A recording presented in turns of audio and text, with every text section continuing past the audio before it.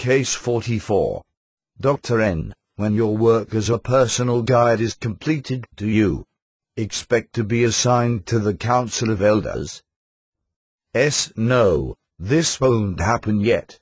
I must become a master teacher working with younger teachers, helping them get in touch with their students on many levels. Dr. N. How do you know this? Because I am still in training here, incarnating, learning more about Earth's biological life forms. Dr. N. Shinra, it is my belief we are together today to help each other understand certain things. Let's begin this part of our discussion by my asking you about your relationship with the elders on your council. Begin by telling me how many you sec. I have 12 members on my council right now. After my last life, the 4 in the center of the table were the ones who questioned me about becoming more centered on Earth. I still have some blocks which need adjustment.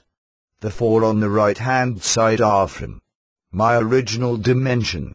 They are here to assist in the better utilization of the energy I brought with me into Earth's universe. Dr. N. What about the last 4 members of your council? The 4 on the left-hand side of the table act as stabilizers of universal light and sound between all the dimensions around the Earth universe. They act as a pivotal point to ground me in a physical world. Dr. N. Can you give me some idea of what blockages are hindering your progress on Earth? Primarily, the Council wants me to enlarge my influence with more people. I have been resistant to extending myself. I complained to them that it would dilute my power. They disagree with my arguments about spreading myself too thin. Dr. N. I know the feeling. Do you accept this evaluation? Long pause. I know they are right, but I still feel sometimes I am an alien on Earth. Dr. N. Tell me, Shinra, have you ever appeared with members of your council to discuss certain students you work with? Yes, I have briefly. Dr. N. Then perhaps you can help me understand the progression of soul advancement. Where would you classify yourself? I'm working on being a master teacher. Dr. N. Would the next elevation above this level of a guide be a position on the council? Not necessarily. There are many other choices for specializations. One might not be suited to be on a council. Dr. N. Let's say you were suited and were given a seat on the council, and were effective there. Where could you go next as a soul? Hesitates in responding to the place of the oneness. Dr. N. Is this represented by the presence at council meetings? Vaguely, into that essence, yes. Dr. N. Describe the oneness. Is it an oversoul? I believe it is many who are one. It is the creation center as I know it. It is where the creators of new souls shape light energy for certain functions. Dr. N. Shinra, please describe this process further for me. I can't tell you too much. It is where the energy of new souls is sparked off the oversoul, where we help the young ones grow to find their unique identity. Dr. N. Is the oneness what we call God? It is a divineness. Dr. N. Since you have said this divinity could be composed of many who are one, are they the ultimate deity of all universes and all dimensions connecting these universes, including our spirit world? Long pause. I don't think so. Dr. N. Where do you think the essence of the presence comes from? S. Faintly, everywhere. Stops. Dr. N. How do you know of these things? S. I have a mentor on the council. We talk a lot. My friends and I have flashes of thought, and we ask questions about the ultimate reality. Dr. N. When you talk to your mentor and your friends are a force that might be above even the presence, what have you heard and felt? S. It may be the same force of which the presence is a part, I don't know.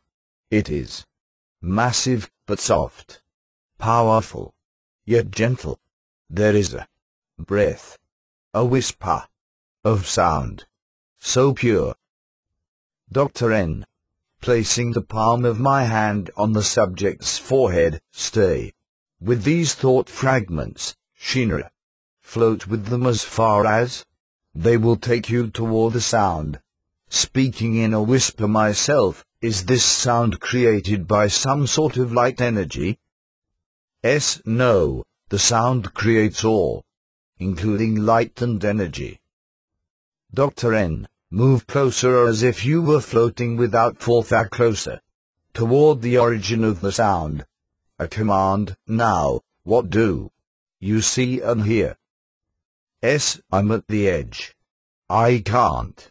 Dr. N. Loudly, keep going, Shinra. S. Quietly, with great difficulty, with my friends. When we have unified our minds to the sound, we see pictures in our minds. They are geometric designs, aligned in patterns. Stops. Dr. N. Now softly coaxing a little further.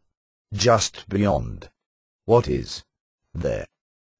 S. I feel. The sound holds this structure and makes it move, shifting and undulating, creating everything. It is a reverberating, deep bell, then a high-pitched pure humming, like an echo of... Stops. Dr. N. Reach in, Shinra, one last effort. An echo of what? S. A deep sigh, a mother, full of love, singing to her child. I pushed Shinra hard for information because one knew, in my lifetime, I probably would never have another client to quite match her. This individual, and other highly advanced subjects, have indicated that the Council of Elders exists within a reality of deeper meaning beyond the conception of souls still coming to earth. The chain of divine influence. To many of my clients, the presence seems not to be a who, but that which is. For others, the presence is an entity who functions as an equalizer, harmonizing the greater awareness of elders to the lesser awareness of the souls who come before them. This effect causes the council chamber to breathe with synchronized energy. A handful of my level verses have actually had the chance to briefly participate as members of a council as part of their guide training. When I asked one of them what this experience was like, I received the following response: when I sat on a panel, it was like being inside the soul in front of you. What you feel is much more than empathy towards someone who has just come back from a life. You are really in their shoes. The presence gives you the power to feel everything the soul feels at the moment. The prism of light from the presence touches every council member in this way. Does the same presence move from council to council? Is there more than one entity, or is it simply God, which is everywhere? These questions, of course, I cannot answer. Despite the overlapping of jurisdiction between soul groups, how many councils must exist who are responsible for all the souls just from Earth? This too is impossible for me to gauge, but the numbers must be immense. If it is true that other worlds in our universe have souls needing counsels and other universes that the spiritual masters must manage, their task is beyond conception. Unlike the highly advanced souls, such as Case 44, most of my clients are unable to recognize that the elders could be fallible beings themselves. Other than fleeting moments with a more powerful and loving presence, the Council of Elders is the highest authority people directly encounter in their spiritual visions. As a result of what they see in a trance state, my subjects do have the sense of a vertical tier effect of soul attainment in the spirit world.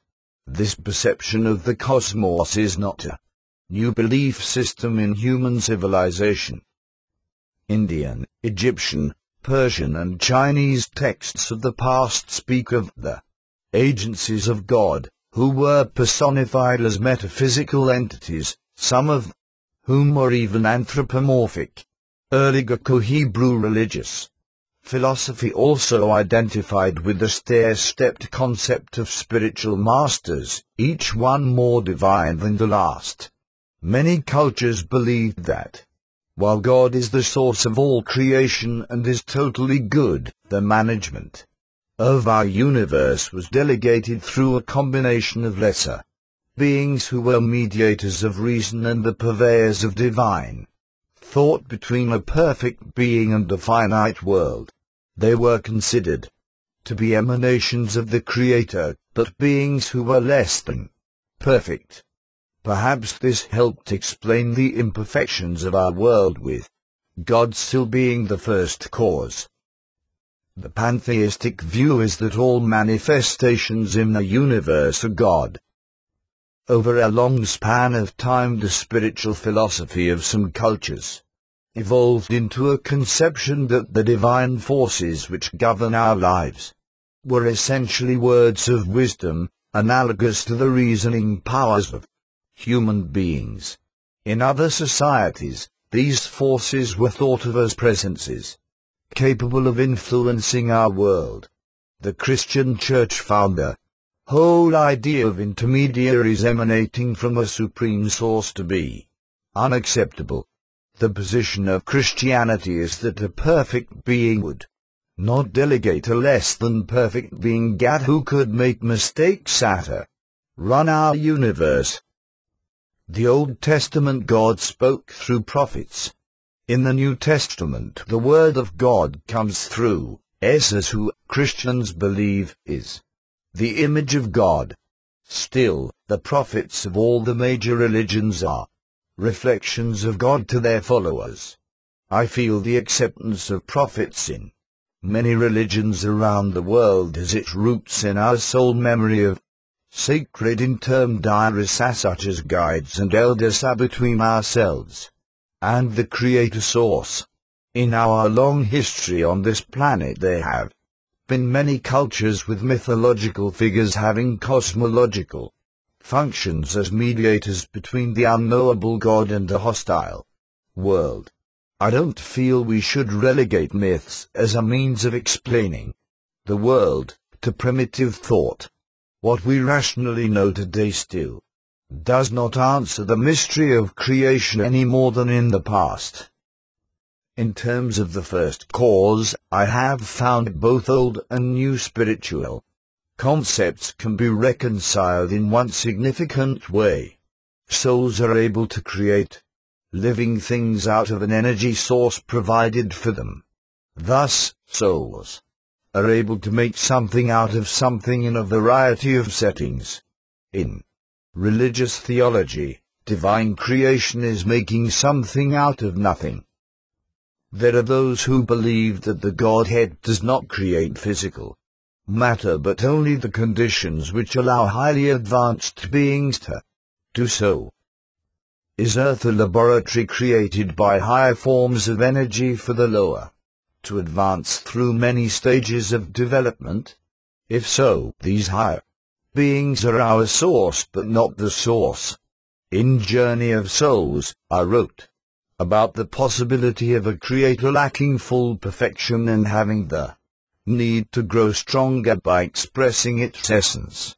However, it could have the need to do this even if it was perfect. The philosophy of a divine, stair-stepping authority validates the belief of many people that Earth and our physical universe is far too chaotic to have been formed by ultimate perfection. In my view, this whole idea takes nothing away from a perfect source somewhere who set everything in motion for all souls eventually to become perfect. Our transformation from total ignorance to perfected knowledge involves a continual process of enlightenment by having faith that we can be better than we are. Processing council meetings. There comes that time during a hypnosis session when the subject tells me their council meeting is over and they are ready to leave the chamber and return to their soul group. It is a moment of intense reflection, and together we will evaluate the information received. Above all else, appearing in front of our spiritual council involves matters of accountability for the life just lived, and I want to use the relevant portions of this evaluation in my client's current life. Within the texture of any soul evaluation by one's counsel there runs the thread of divine forgiveness. The elders provide a forum of both inquiry and compassion and display their desire to bolster the confidence of the soul for their future endeavors. One departing soul had this to say: when the elders are finished with me, I feel they told me much more about what I did right than where I went wrong. The council knows I have had critical meetings with my guide about my performance. They don't patronize me, but one think part of their job is to raise my expectations. The council says they foresee great things from me. The last thing the elders said was to stop looking to others for self-validation. When I leave them, one feel they have absorbed all my self-doubt and cleansed me. People ask me if souls feel remorse both during and after the council meeting if they were involved in acts of cruel wrongdoing. Of course, they do, but often I must remind those who ask this question that accountability for wrongdoing frequently comes with the selection of the next body for the payment of karmic debts. Souls are directly involved with this selection process through their counsel because this is what they want for themselves. Although karma is associated with justice, its essence is not punitive but one of bringing balance to the sum of our deeds in all past lives. There is another follow-up question one am asked about regarding the conclusion of these council meetings. Is it all sweetness and light for those souls who have not been involved with cruel acts, or do some souls come away unhappy with the general temper of the meeting? I answer these queries by explaining that I have had a few clients who left the council chamber a little unsettled. These are souls who feel they could have presented themselves a little better to a particular elder. There are other uncommon cases, especially with young, rebellious souls, where I have had the impression they are fighting what they call an act of contrition by standing in front of the elders. The following quote is an example: I get a little upset with the all-knowing ones. They lull you into complacency because they want you to spill your guts out to them. Sure, I made a lot of mistakes, but it's their fault in sending me to Earth in a body that got me into trouble. When I complain about Earth, they don't level with me completely. They are stingy with information. I tell them that life makes you take risks, and my director talks to me about moderation. I said to him, that's all very well for you to say sitting here safe and comfortable while I'm fighting to survive down in a war zone. These immature souls do not realize that to be on a council, an elder has survived many war zones. By contrast, the next quote comes from an old, advanced soul nearing the completion of her incarnations on Earth. As my session with the council comes to an end, the elders stand and close around me in a circle. Once in position, they raise their arms outstretched like a giant bird, enfolding me with wings of unification. This is their accolade for a job well done. I don't believe I have ever had a client come away from visualizing themselves attending a council meeting without some sense of awe, penitence and the need for atonement. They carry these sentiments back to their soul groups. For this reason, I was unprepared to learn about the law of silence. I will cite a case excerpt involving privacy of the mind which extends not only to soul groups but also to my own questioning of clients about council meetings. They are aspects of council meetings that are out of the scope of current reality for my subjects. For a variety of personal and spiritual reasons, people are unable to recall all the details of these meetings. Some parts of this blockage can be deliberate on the part of the client. In case 45, the subject evidently knows what he wishes not to tell me. With other subjects, they don't know why they can't remember. Case 45. Dr. N. I now want to move forward to the most significant part of your discussion with the elder sitting to the right of the chairperson on your council. S. Uneasy. I'm not comfortable with this. Dr. N. Why? S. I don't want to break the law of silence. Dr. N. You mean with me? S. With anyone, including members of my group. Dr. N. Don't group members exchange information on everything?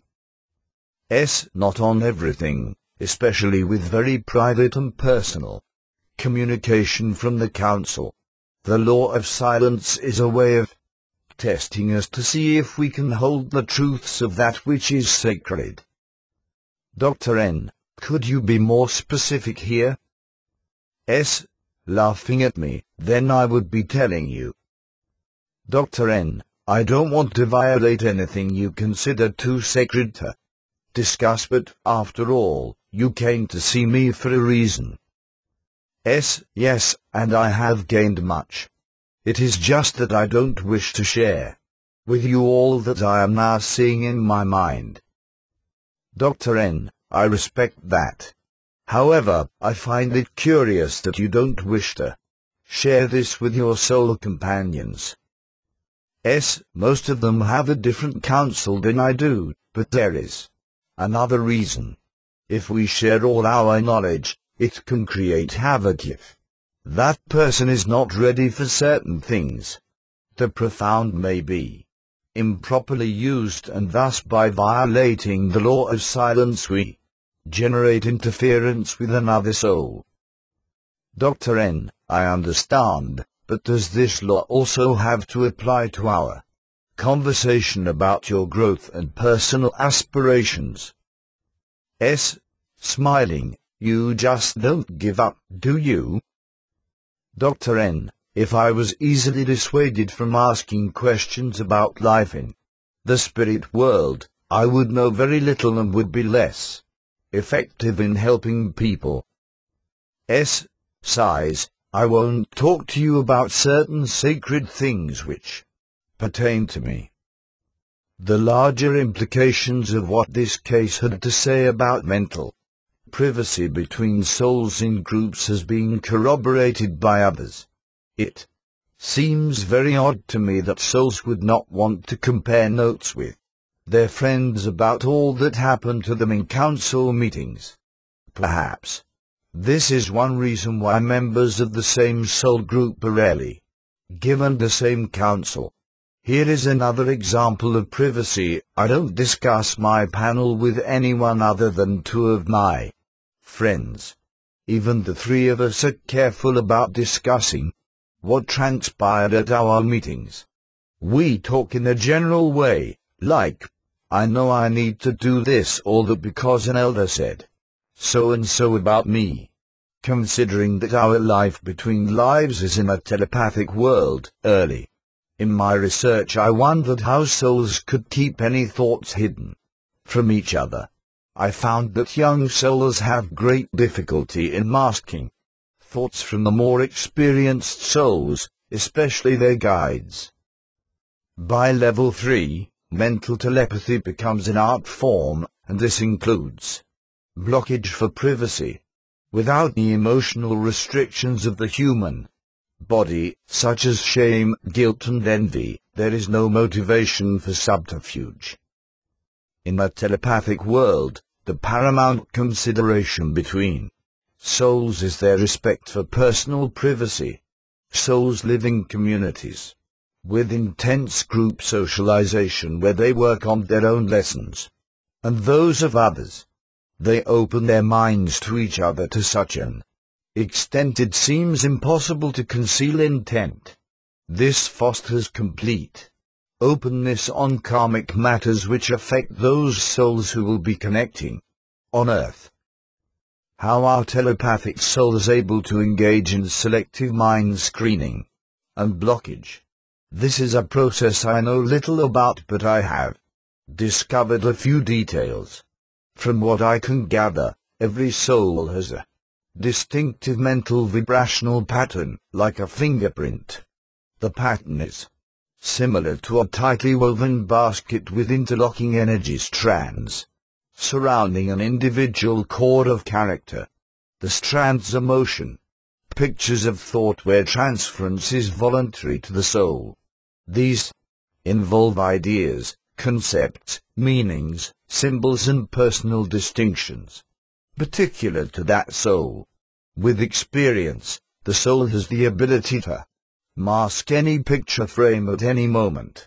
Thus, while nothing is hidden, in a general way, no strand opens to the core to release a fine distinction of thought unless a soul wishes another to enter. Having said all this, I find it is usual for guides and elders to probe below a particular mental threshold of the less advanced souls. This is for the benefit of these souls. I know this sounds ominous. It would be if all this was taking place on Earth. Our teachers also engage in selective mind screening towards souls who wish to mind probe them. This is because guides don't wish to burden the younger souls with concepts they are not yet ready for, particularly those involving the future. Everyone respects the sanctity and wisdom of their counsel. The information is considered privileged and very personal. Upon returning to their individual groups from these meetings, souls don't want their peers to be tempted to second-guess certain meanings derived from the elders. One client told me, "It would be like cheating on an oral exam. To tell my friends, they would be unable to resist their own interpretations of the meeting in order to help me." On the other side of the council table, the elders encourage silence because they know that if privacy is honored, this ensures greater openness with the souls who come before them. Undue interference by group peers later, however well-intentioned, might skew the elders' messages. The one exception I see to the laws of silence involves more advanced souls training in specialized groups. They appear to enjoy sharing what they consider to be guilt information from their council meetings. Since the spirit world has a timeless environment, one uses council meetings as a therapeutic springboard for rapid karmic reviews spanning centuries. Placing everything in the chamber on hold, I take my subject back to key junctions of their past lives involving critical choices. I direct the hypnosis subject to pick moments in their past lives that are relevant to the topic under discussion by the elders. Many of our attitudes and ego hang-ups come from other lifetimes, and seeing this in a different context gives the client a new perspective in current time. Frequently, I feel the assistance of both my guide and the client's guide. Through this form of therapeutic intervention, my client and I look for clues to current behavior patterns. This will open the door to healthy reframing. Reincarnation therapy is more than cognitive understanding. People need to see that the twists and turns in their lives all have meaning and purpose. I may also move clients forward to the life selection room to discuss why the elders offered them their current bodies. If the soul is not yet supposed to know about aspects of the future in this life, it will be blocked. When I am finished, I take the elders out of suspended animation and the council meeting continues without missing a beat. I never forget I am only a temporary intermediary in the dynamics between my client, their guides and council elders. I know they are helping me because otherwise my subject would not be able to visualize the council meeting in trance. With the use of deep hypnosis, I have the advantage as a spiritual regressionist of utilizing both the soul mind and current human ego. The superconscious mind operates within an eternal framework which the subconscious is able to process into current reality. The importance of an awareness of our real inner self cannot be overemphasized for a productive life. I am not suggesting that the 3-hour spiritual regression session I offer is a quick fix for disturbed people.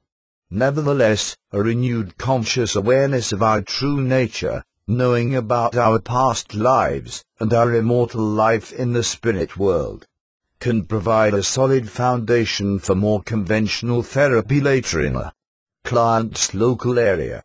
On the other hand, a single spiritual regression for the mentally healthy client can do wonders for the recognition of their inner awareness and purpose. Community dynamics. Soulmates. Between the first and second council meetings is a period of renewal for the soul. As ethereal beings, our growth actually began in the mental realm of the spirit world with other souls before any of us incarnated. So while our internal being is uniquely individual, a vital part of spiritual life between incarnations is devoted to empathetic relationships with other souls. Thus, our development as souls becomes a collective one. Part of the expression of this collectivity is the association we have with these souls in a material reality, such as Earth. During reincarnation, the closeness souls feel for each other in a mental setting is severely tested by karmic challenges in our host bodies. This interruption of a blissful mental existence is one means by which spiritual masters expand our consciousness. I have listened to many intriguing past life love stories of soulmates who come across time and space to meet each other in life once again. Here are a few examples where love was tormented in a Stone Age culture by a lustful clan chief who took my client's mate on a regular basis and then gave her back. Where love was deprived from a woman who was a slave in ancient Rome, serving meals to the gladiators, one of whom she loved. This captured fighter told my client he would love her forever the night before he was killed in the arena.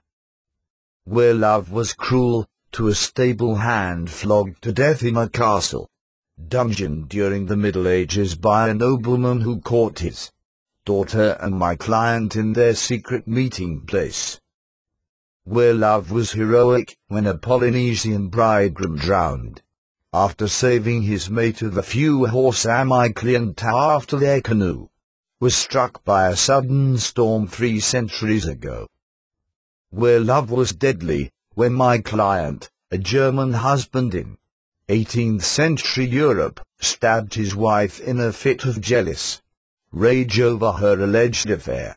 Falsely accused by local gossips, she died proclaiming her innocence, saying she loved only him. Where love was unforgiving, by a returning Civil War veteran, whose lonely wife, my client, had married his brother a year after the veteran was officially declared dead. All the couples listed above are happily married to each other today. Their past trials in each life prepared them for the next and strengthened their bond as soulmates. Past life age regression produces interesting information about coupling, but placing these clients between their lives provides them with far more perspective on these relationships. There are many tests wrapped in the package of love, mixed into those lives where we have had a long and happy life with the soulmate are those lives where we have destroyed the relationship or been devastated by the actions of our soulmate toward us. In the difficult lives with soulmates, something stood in the way of an acceptance of love. Being with soulmates can bring joy and pain, but we learn from both. Always, there are karmic reasons behind the serious events involving relationships in our lives. One had a client, called Valerie, who lived the life of a beautiful woman in China 2 centuries ago. In that life she rejected her primary soulmate, the man she most cared about, because he argued with her and refused to feed her vanity while others did so.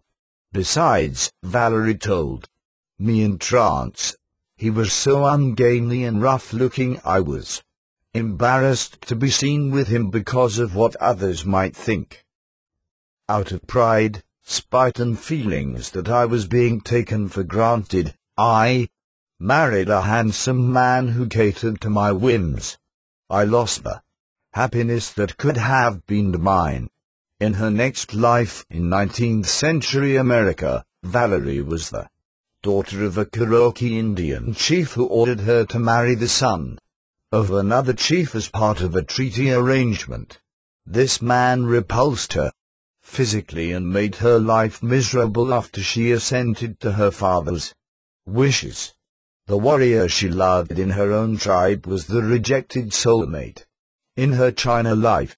Upon returning to the spirit world after her death as an Indian woman, Valerie told me, my love and I could have run away together. Aside from the great danger of this act, something inside told me I had to endure what my father had set in motion. I see now that it was a test. We have the capacity to severely hurt the person who loves us and also ourselves in the bargain. My life as a Cherokee woman was a reminder of my pride and vanity as a Chinese woman. Being with the wrong person for a period in your life does not mean that time was wasted. The relationship was probably intended in advance. In fact, you might see this soul again in the spirit world in a different light. This was true of the man my subject was forced to marry in her Indian life. His soul belonged to a neighboring group to Valerie's own. The soul of both men Valerie loved in her past 2 lives is again united with her in the 20th century as her husband. I should add that Linda, who is Valerie's best girlfriend today and a member of her own soul group, was the eventual mate of the warrior she loved in the Cherokee Indian life. After our session, Valerie grinned while telling me, now I know why I have always been a little uneasy seeing Linda around my husband. Before one go further, it would be a good idea to consider some ramifications involved in the magical experience of meeting a soulmate. When I first sit down with a client and we establish a rapport, one will ask about prior and current relationships that have had significance in their life. In this way I acquire a feel for the cast of characters who exist in the play of their current life. Since I am going to be sitting in the front row as this play unfolds during hypnosis, one want a theatre program. Once in a deep trance state, many soul connections will become clear. People in my client's cast may be lovers, devoted friends and relatives, mentors or associates. Our relationships with people take many forms in life and usually involve souls from other groups as well as our own. Usually clients have a strong desire to identify these soul connections in their current life, although most already have a good idea who they are. In a broad sense, love is endearment, which can take many forms in life. There is always a mental connection of one sort or another with a soulmate, regardless of the role they play. We connect with people on many levels for a multitude of karmic lessons in every life. When friendship catches fire, it turns to love, but without abiding friendship, deep love cannot thrive. This is quite different from infatuation, which exists on a superficial level where we have those nagging doubts about whether the connection has any real meaning. Without trust, intimacy suffers and love cannot grow. Love is the acceptance of all the imperfections of our partners. True love makes you better than you will be without that person in your life. People often equate love with happiness. Yet happiness is a state of mind that must develop within you and not be dependent upon someone else. The most healthy kind of love is one where you already feel good about yourself, and so extending your love to someone else is totally unselfish. Love takes hard work and continual maintenance. I have had numerous divorced subjects who learned that their first loves were primary soulmates. Things might have worked out if they both had tried harder. On the other hand, there may be reasons why we might not meet our primary soulmate until later in life. Soulmates will from time to time separate for a life or two and not appear at all. My soulmate and I were becoming too dependent upon each other. We needed to grow while on our own, is a statement I often hear when soulmates are apart. Every era on earth is different as to the sort of attachment and experience we will have with the soulmate. However, each life with them builds upon former lives. We learn valuable lessons from broken relationships. The important thing is to move on in life. Some clients may tell me before their session that true love seems to elude them. After the session they usually understand the reasons behind this situation. If the right love for you does not come along, liberate yourself with the understanding that you may be here to learn other lessons. We mistakenly assume people who choose to live alone are lonely when actually they have rich lives that are calm, reflective and productive. Connecting with someone for whom you have no feelings just for the sake of not being alone is more lonely than being by yourself. As the song says, falling in love with love is falling for make-believe. This kind of love is a fantasy because it's driven by an addiction to have love at any price. If your soulmate is supposed to appear, they will come into your life, often when you least expect it. Over many years of exposure to souls in the spirit world, I have developed a means of classifying soulmates. 1. Find the position of souls within one of 3 categories bears upon their relationship to us in the drama of life. Our guides and beings who come from spiritual areas far from our own are not included in these 3 divisions. Primary soulmates. A primary, or principal soulmate is frequently in our life as a closely bonded partner. This partnership may be our spouse, brother or sister, a best friend, or occasionally a parent. No other soul is more important to us than a primary soulmate, and when my subjects describe lives with these souls as their mates, most will say their existence is enriched beyond measure. One of the greatest motivations for souls to incarnate is the opportunity for expression in physical form. This is certainly an attraction for primary soulmates. They may change genders from light to life together if they are more advanced souls. The average soul usually chooses one gender over another about 75% of the time. A primary soulmate should not be confused with the use of the term primary cluster group, where many souls interact with each other as companions. People use the term true soulmate to define their primary soulmate, which is fine as long as this does not imply that all other soul companions are something less than true. The disagreements people in my field have about such terms are often more symbolic than literal, but I take issue with another concept related to primary soulmates that bothers me. 1. Have been questioned on road tour about how my descriptions about primary soulmates and statements of soul duality relate to the theory of twin souls. My answer is, they don't. I have discussed how we are able to divide our soul energy to live parallel lives, although most souls don't wish to accelerate learning in this way.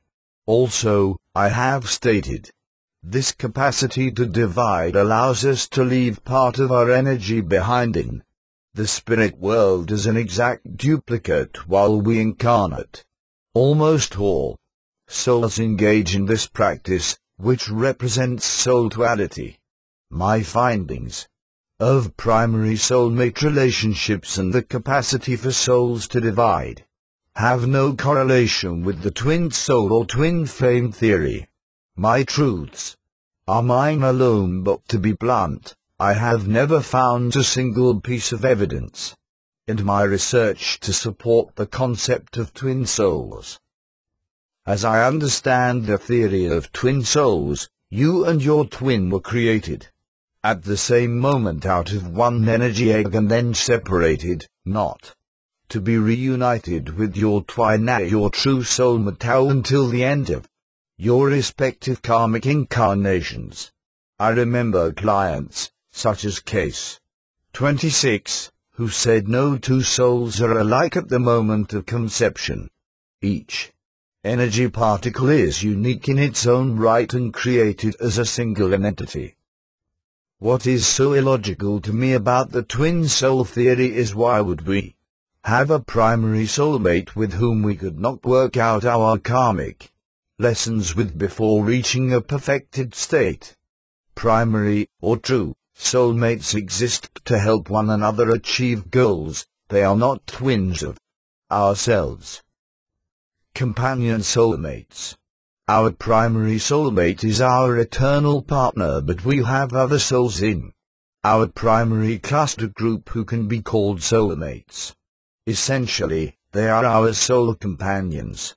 These souls have differences in character and a variety of talents which complement each other, as my case histories illustrate. Within this cluster group there is usually an inner circle of souls who are especially close to us, and they play important support roles in our lives, and we do the same thing for them. This number varies, but the average client has from 3 to 5 souls in They're in a circle. Although the companion souls in a cluster group started together, they do have different rates of development. This has as much to do with drive and motivation as talent. Each soul does possess certain strengths that their companions can draw upon during group incarnations. As the group gets smaller, many go off into different specializations, but they do not lose contact with each other. Affiliated souls. This classification of souls pertains to members of secondary groups, outside our own primary cluster but located in the same general spiritual vicinity. As one mentioned in Chapter 5 under Figure 1, secondary groups around our own primary group can total up to 1,000 souls or more. Many of these groups work in classrooms near us. There are certain affiliated souls in other groups who are selected to work with us, whom we come to know over many lives, while others may only cross our path briefly. Quite often our parents come from one of these nearby cluster groups. In terms of social interaction in the spirit world, as well as contact, during their physical incarnations, souls of one cluster group may have little or no association with many of the souls in a secondary group. In the larger context, all souls in a secondary group are affiliated in one way or another, but they are not considered soulmates by my clients. Although they are not really companion souls, they do form a large pool of people available for casting calls by our directors in the life to come. A soul affiliate might have a specific characteristic that is exactly what is needed to bring a karmic lesson into your life. They are very likely to incarnate as people who carry strong positive or negative energy into their association with you. These decisions depend upon advance agreements between all parties and their respective teachers as to the benefits and disadvantages of certain character roles. The role can be very brief. The reader may recall the bus stop incident related by the subject in case 39. The assistance given to the woman in that case was more likely spontaneous, and I feel this subject was an unaffiliated soul. One will cite an example of a brief positive contact reported to me by a subject who met a clearly defined affiliated soul. I was walking alone on a beach, totally devastated after being fired from my job. A man appeared and we struck up a conversation. I did not know him and was never to see him again in that life. But that afternoon he came up to me with ease, and we talked.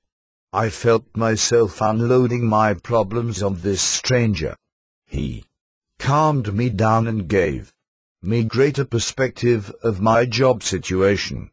After about an hour he was gone. Now I see he was an acquaintance in the spirit world from another group. It was no accident we bumped into each other that day. He was sent to me. However, it is with soulmates that we have our most profound contacts. While considering this book, I was asked by people to be sure and give them one detailed case of a love story between primary soulmates. Being a romantic myself, this request was irresistible. Case 46. There was an urgency to Maureen's voice when she called me for an appointment. This was in the days before one had long waiting lists of over a year. Maureen lived close to my office in California and wondered if she might see me with a male friend who was on his way from New York to meet her for the first time. I asked her about this friend. She had never met, and the following story unfolded. 3 months before, on a computer website, a group of some 25 people interested in life after death formed what is known, in computer parlance, as a chat room. Conversations are initiated online, in this way for people with similar interests. All this had to be explained to me because I have little knowledge of computers. Maureen said that she and a man named Dale found they were so closely attuned in their discussions about the topic of soulmates they felt connected in a strange way. She added that it was uncanny how Dale mirrored her thoughts. They decided to set up their own private chat room for further computer conversations.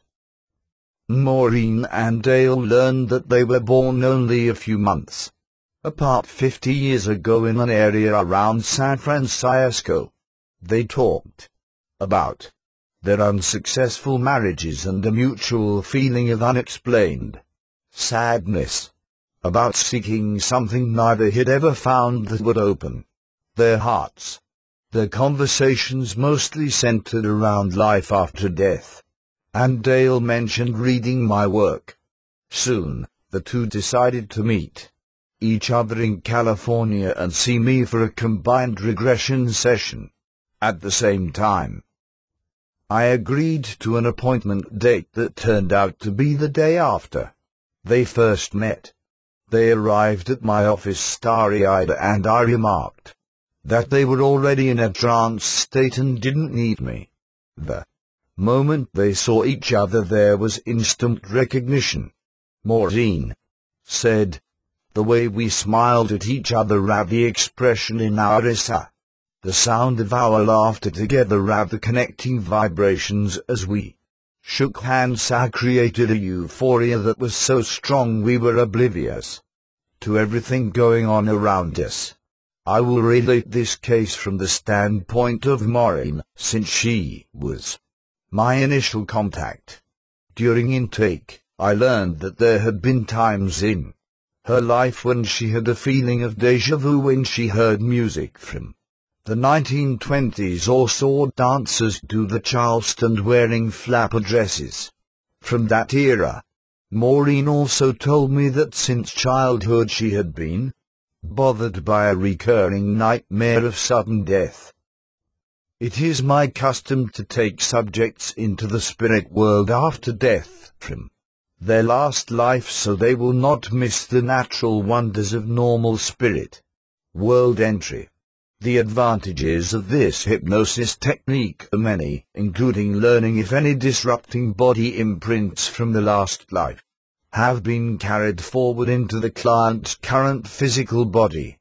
To speed up this process by taking subjects directly into the spirit world, say from their mother's womb, causes them to arrive disoriented. It would be like taking someone into the back of a house and asking them to describe the front. This accelerated procedure for spirit world entry would also cause them to circumvent a variety of orientation stations. These stops might be vital if the death preceding this entry was sudden and traumatic. By not skipping over death scenes, the client is actually better protected from painful physical memories. Upon my direction to move to the most significant scene in her past life, Maureen took me to the events leading up to her death. This is often a signal of trouble ahead, and past life facilitators must be prepared to deal with death scenes that can be horrific. What follows is a condensed version of Maureen's story. Dr. N, are you a man or woman? S, a girl, really? Dr. N, what is your name? S, Samantha. Sam for short. Dr. N, where are you and what are you doing at this moment? S, I'm at my bedroom dressing table getting ready to go to a party. Dr. N, what is the party all about? S, pause, and then light laughter. It's for me, today is my 18th birthday and my parents are giving me a coming out party. Dr. N: Well, happy birthday, Sam. What is the date today? S: After a brief hesitation, July 26, 1923. Dr. N: Since you are at your dressing table, one would like you to look into your mirror and describe to me what you see. S: I'm blonde, with my hair up high tonight. I'm wearing a white silk gown. It's my first real grown-up party dress. I'm going to put on my new white high-heeled shoes. Dr. N: You sound smashing. S: With a knowing smile, Rick better think so. Dr. N: Who is Rick? S: Now distracted and flushed, Rick is my guy. My date for tonight. I've got to finish my makeup. He will be here soon. Dr. N: Listen, Sam, I'm sure you can talk to me while finishing your makeup because I don't want to slow you down. Tell me, are you serious about Rick? S: Flushes again, ahoo. But one don't want to appear too eager. I'm playing hard to get. Rick thinks he's the cat's meow, but one know he wants me. Dr. N: I can see this is an important party. I suppose that he will be honking soon for you to run out to his car. S: Annoyed, absolutely not. Oh, he'd like that all right, but he will ring the doorbell in a proper fashion and the maid will let him in and make him wait downstairs. Dr. N: So the party is some distance from your house? S: Not too far out. It's in a posh mansion in downtown San Francisco. Dr. N: Okay, Sam, now move forward in time to the party downtown and explain to me what is going on. S: Bubbling, I'm having a wonderful time. Rick looks gorgeous, of course. My parents and their friends are telling me how grown up I look. There is music, dancing. A lot of my friends are congratulating me. And my subject's face grows dark for a fleeting moment. There is a lot of drinking my parents don't know about. Dr. N: Does this trouble you? S: Fighting off a new set of feelings by quickly running one hand through her hair and returning to the moment. Oh, drinking is always a part of these affairs. It makes us gay and carefree. I'm drinking too. Rick and some of his friends snook in the liquor. Dr. N: Move forward now to the next significant event this evening and explain what is taking place. S: Subject's face softens and her voice is more halting. Rick and I are dancing. He is pressed so close to me. We are on fire. He whispers in my ear that we must get away from the party to be alone for a while. Dr. N: And how does this make you feel, Samantha? S: Excited. But something seems to be holding me back. I overcome it. I'm willful. One assume it's a feeling of my parents' disapproval. Yet, I sense it's something more. I shake it off in favor of the excitement of the moment. Dr. N: Stay with this emotion. What happens next? S: We leave by a side entrance to avoid being seen and go to Rick's car. It's a beautiful new red roadster convertible. It's a marvelous night. And the top is down. Dr. N: Then what do you and Rick do, Sam? S: We get in the car. Rick takes the pins out of my hair so it will blow free. He gives me a deep kiss. Rick wants to show off. We roar out of a long driveway into the street. Dr. N: can you describe the location of the road and the direction you take? S. Now growing very nervous, we are going south down the Pacific Coast Road out of San Francisco. Dr. N. What is the ride like for you, Sam? S. For one final fleeting moment the subject is free of her premonitions. I feel so alive. It's a warm night and the wind in my hair blows the strands all over my face. Rick has one arm around me. He squeezes me and says I am the most beautiful girl in the world. We both know we're in love. Dr. N. One notice my subject's hands now start to shake and her body grows more rigid. I take her hand because one suspect what is coming. Now, Samantha, I want you to understand that as you continue to talk to me I will be with you every step of the way so I can move you quickly through anything that may happen. You know this, don't you? S. Faintly, yes. Dr. N. Move to the time when things begin to change on this drive with Rick and describe the action. S. Subject's entire body now starts to shake. Rick has been drinking too much and the road is getting more curvy. The turns are sharper. And Rick only has one hand on the wheel. We are near a hilly section, close to the ocean. There is a cliff. The car is all over the road, now shouting, Rick, slow down. Dr. N. Does he? S. Crying now? Oh, God, no. He won't. He is laughing and looking at me and not the road. Dr. N. Quickly now, Samar, keep going. S. With a sob, we miss the next curve. The car is in space. We are crashing into the ocean. I'm dying. The water. So cold. Can't breathe. Oh, Rick. Rick.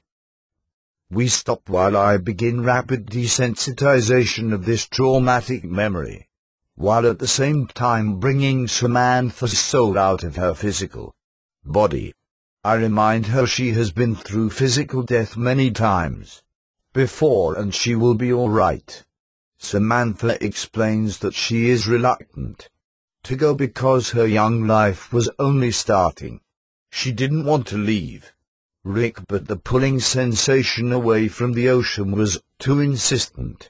When I began my research on the soul, I assumed that when two people such as Samantha and Rick died together they would also enter the spirit world together. I have found this not to be true in death scenes, with one exception.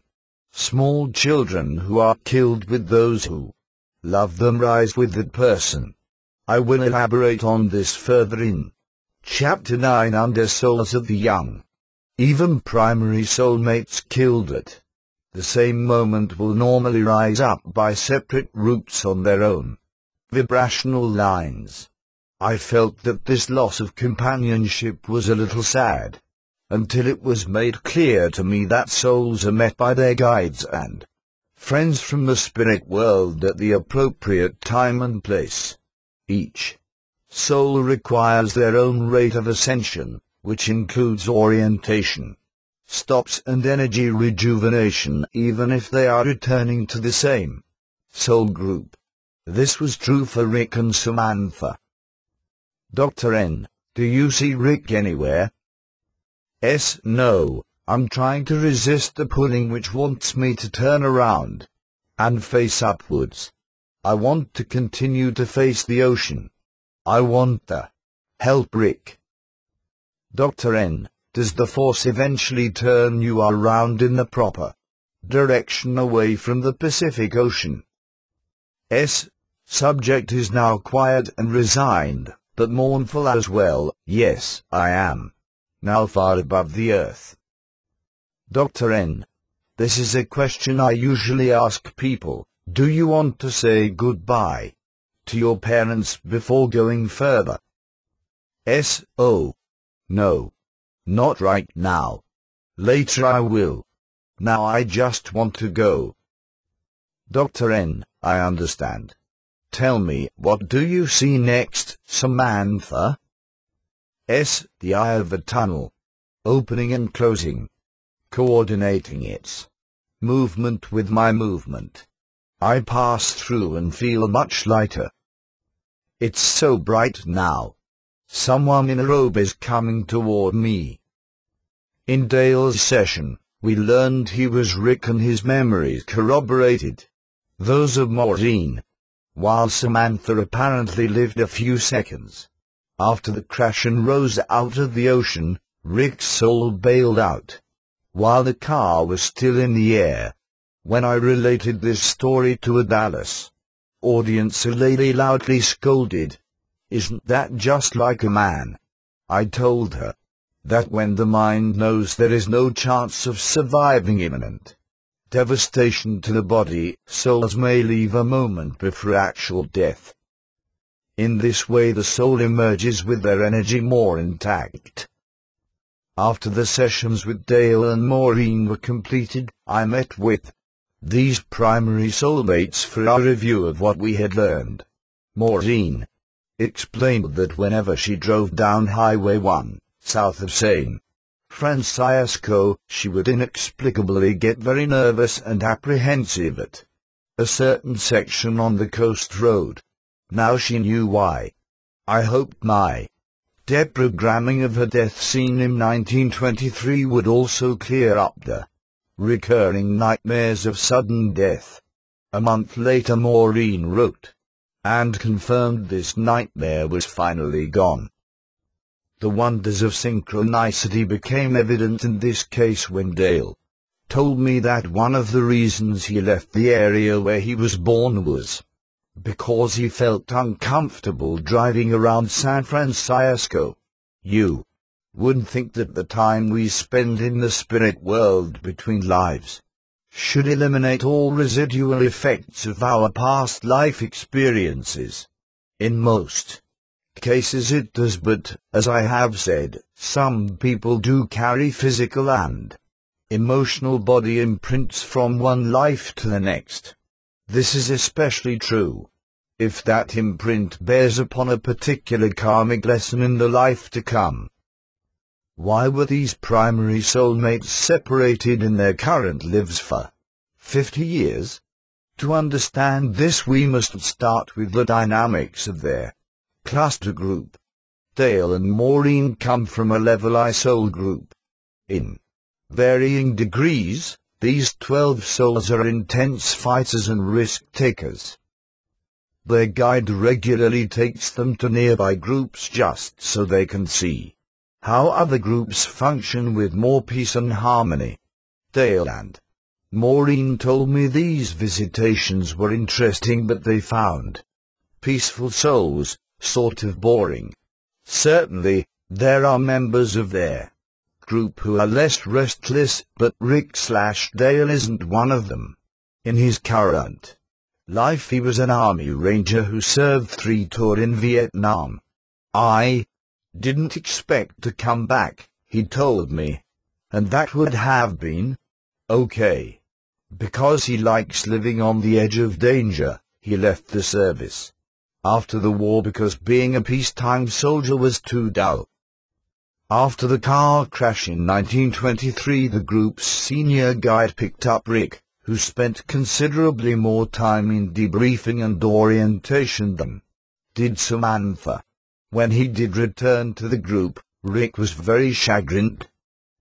In a tender scene of energy caressing, Rick told his primary soulmate how sorry he was for cutting off her young life.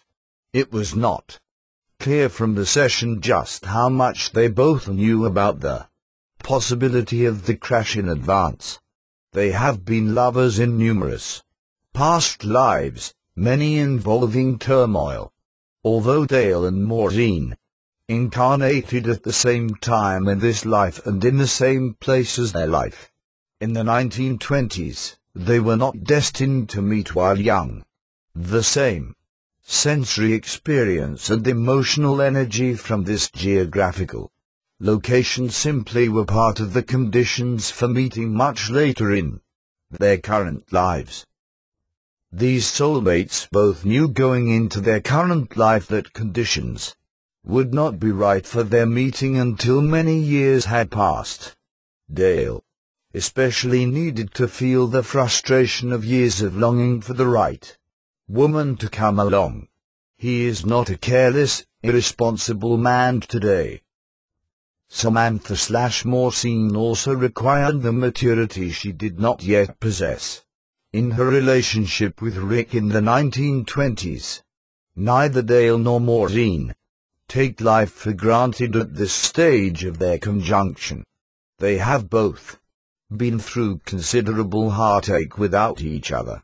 My work with this couple ended with both essentially making the same declaration. Maureen said, "We are completing our healing by a clear respect for the sanctity of life and importance of forgiveness. Now that we both know the meaning of loss, we are going to treasure the time we have left together in this life." Before closing this section on soulmates, I should add that many soulmates have a preparation class just before their next incarnation. A feature of this dress rehearsal with our guides is a final review of important issues in the life to come. One aspect of this prep class might also include two soulmates going off alone and sending visual images to each other of what they will look like in their new human bodies and under what circumstances they are going to meet. In Journey of Souls I wrote a chapter citing examples of this sort of preparation for embarkation. Soulmates don't always get together just before departure. Then too, depending upon the karma involved, sometimes one soul knows more than the other about their future meeting and what that person will look like. Here is a short example of a soulmate discussing meeting his future wife. "One was permitted to see my wife in the screening room for the next life. She was an attractive aerobics instructor who I would meet in a gym. I studied her body and facial features carefully because I didn't want to miss up our meeting, as I had done in my prior life. The scent of her body bathed in sweat was embedded in my mind. Her gestures, her smile, and most of all her eyes. The moment I saw her in this life, it was like two magnets pulling together. Linkages between spiritual and human families. As a rule, members of the same soul group do not return in their next incarnations as members of the same genetic human family. This means, contrary to American Indian tradition, a grandfather's soul would typically not return to the body of his grandson. I have emphasized the opposition souls have for genetic reincarnation in Chapter 4, under soul division, and again in Chapter 5 with DNA. It is limiting and even redundant for souls who wish to learn fresh lessons to return to bodies having the same heredity, ethnicity, cultural environment, and perhaps the same geographic setting as they had in a former life. By incarnating in different families around the globe in each life, souls are able to take advantage of the great variety of human body choices. This variety is what gives depth to our incarnations on Earth. In unusual cases, our guides may be indulgent with souls who have strong feelings about unfinished karmic business within a particular family and wish to return to the same family. These souls may be given another crack at addressing a serious wrong done to them, or to correct harm they have caused another in the family. They could return as children of a new generation, but within the same lifetime of those people who were involved with the karmic events requiring their attention. I want to stress these occurrences of genetic reincarnation for karmic purposes are rare. It is far more likely the soul would return to another family with peripheral associations to the family of their former life to redress a serious wrong. Nevertheless, this too would be a very unconventional decision, especially in cases of personal injury to the soul, because it smacks of revenge. Although souls typically do not incarnate in the same hereditary family they had in past lives, members of the same soul group most definitely choose new families where they can be together. Members of soul groups tend to be associated in each life by blood ties and geographic proximity. What sort of roles do they choose? I'm sure readers of this book could sit down and draw up a chart showing significant members of their family, friends, lovers and even acquaintances to see who might be the most likely candidates for their own soul family. In Chapter 5, Figure 7,1 charted the color auras of a soul family in their current life. Figure 10 is a diagram showing how a group of souls incarnated into human families in order to stay connected to one another over the past 3 centuries. My central subject in this diagram is Ruth. Please note that from one century to the next the family heredity is completely different despite the genealogical overtones of my chart. Figure 10 is an abbreviated version of Ruth's spiritual friends in human bodies. There are 6 souls listed from her own cluster group, and 2 from an affiliated group to be found in each century. Figure 10, Spiritual and Human Genealogy. Wife. A circumflex cent primary A circumflex registered trademark companion O affiliated. This web diagram illustrates primary, companion and affiliated soulmates who have incarnated into bodies related to the lives of the subject, Ruth, over the past 3 centuries.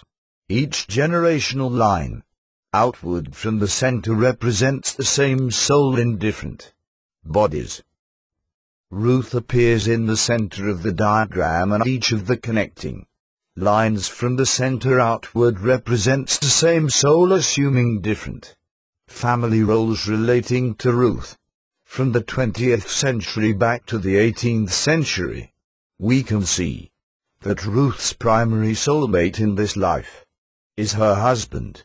In Ruth's last life, this soul was her best friend, and in the life before, her wife when she was a male in the 18th century. Ruth's primary soulmate is a halo color tinted with protective yellow, while Ruth's own halo is a mixture of white and blue tints, indicating clarity and love of learning. These primary soulmates have mated on a fairly regular basis for some 7,000 years since their first life together. Besides the companion souls in Ruth's soul group, I have also shown 2 affiliated souls from a nearby group. These souls are my subjects, current father and mother. The roles they played in the 19th century were her grandmother and grandfather respectively. In the 18th century, these same 2 souls were Ruth's aunt and uncle. Ruth's chart represents one typical client. Every soul group has its own subtle variations of human family preferences. One had a client the same week I saw Ruth who is extremely close to her mother. The mother's soul was a member OT that client's soul group and was her sister in the life before. Grandparents often have a great influence in our early lives as non-judgmental confidants. I often find that a favorite grandparent in this life was a sibling or best friend in a former life. The social dynamics of intimate human contact are so powerful that in most of my cases the roles souls play in our lives and we in theirs directly bear on a group's karmic lessons. When we are hurt by someone close to us in life, or cause them hurt resulting in alienation and separation, it is because they volunteered to teach us lessons of some sort while learning lessons themselves. These lessons better prepare both parties for future relationships, as case 47 will show. I should also point out that peripheral roles in our lives by hundreds of affiliated souls in nearby groups may go on for generations. Because of space, one did not list all these souls on Ruth's past life chart in figure 10. An example of one important affiliated soul not included here is a soul called Zenda, who was Ruth's favorite teacher in the 6th grade. We found that in the last century, Zenda was a supportive next-door neighbor. In the 18th century, Zenda was the owner of a business that employed this subject. The web design of figure 10 is appropriate when we consider all the interrelationships of people whose own lives are woven into our own. The psychological profiles of primary, companion and affiliated souls in a client's current and past lives is very instructive when detailed in a genealogical type chart. In each of the 3 past centuries we found another leading actor in Ruth's lives who was from an affiliated soul group. There was not space for her in figure 10 either. This soul, known as Earthia, assumed roles involving jealous, unemotional and manipulative people. She was sent to test Ruth's trusting nature so she would learn to recover more quickly from the hurt and deal with it in a healthy manner. While this same individual would also demonstrate good qualities in human temperament, the negatives were very constant. In Ruth's current life, Earthia is her mother-in-law. In the life before, this soul played the role of a close friend who betrayed her. There is evidence the karmic cycles with Earthia assuming roles as a protagonist will end soon for Ruth. Ruth is a warm, passionate and tender person. Her primary soulmate has aspects of these qualities but is also tenacious, brutally frank, and decisive. Many other souls in figure 10 are rather reserved and quiet. They also have character similarities of perfectionism and stubbornness. One soul in the group is sloppy, easygoing and more complacent than the rest. He is my client's brother, Andy, in her current life. This soul volunteered to be Ruth's husband in the last century as a change of pace for her. During that life, Ruth's primary soulmate chose the role of a male friend.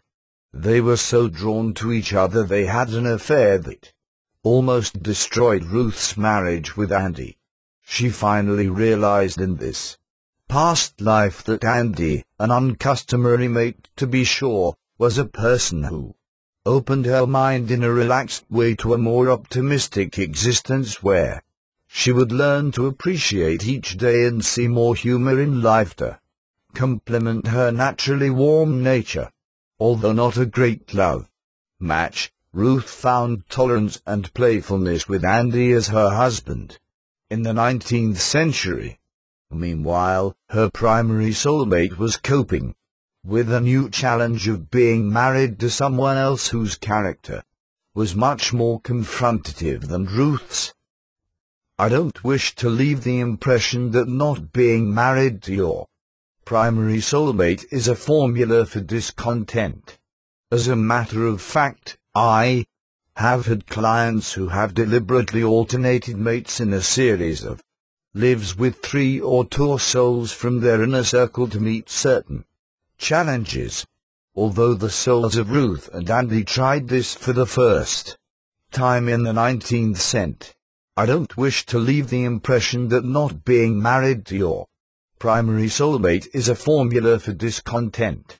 As a matter of fact, I have had clients who have deliberately alternated mates in a series of lives with 3 or 2 souls from their inner circle to meet certain challenges. Although the souls of Ruth and Andy tried this for the first time in the 19th century, the results were mostly positive. Reuniting with souls who have hurt us. Now that we have an idea of the roles different soulmates can play in our lives, I want to discuss a specific aspect of these associations that is of interest to people. I am often asked what it is like to see someone in our soul group right after a life where they have hurt us in some way. The philosopher Heidegger said, "No one else can love for you or feel your pain."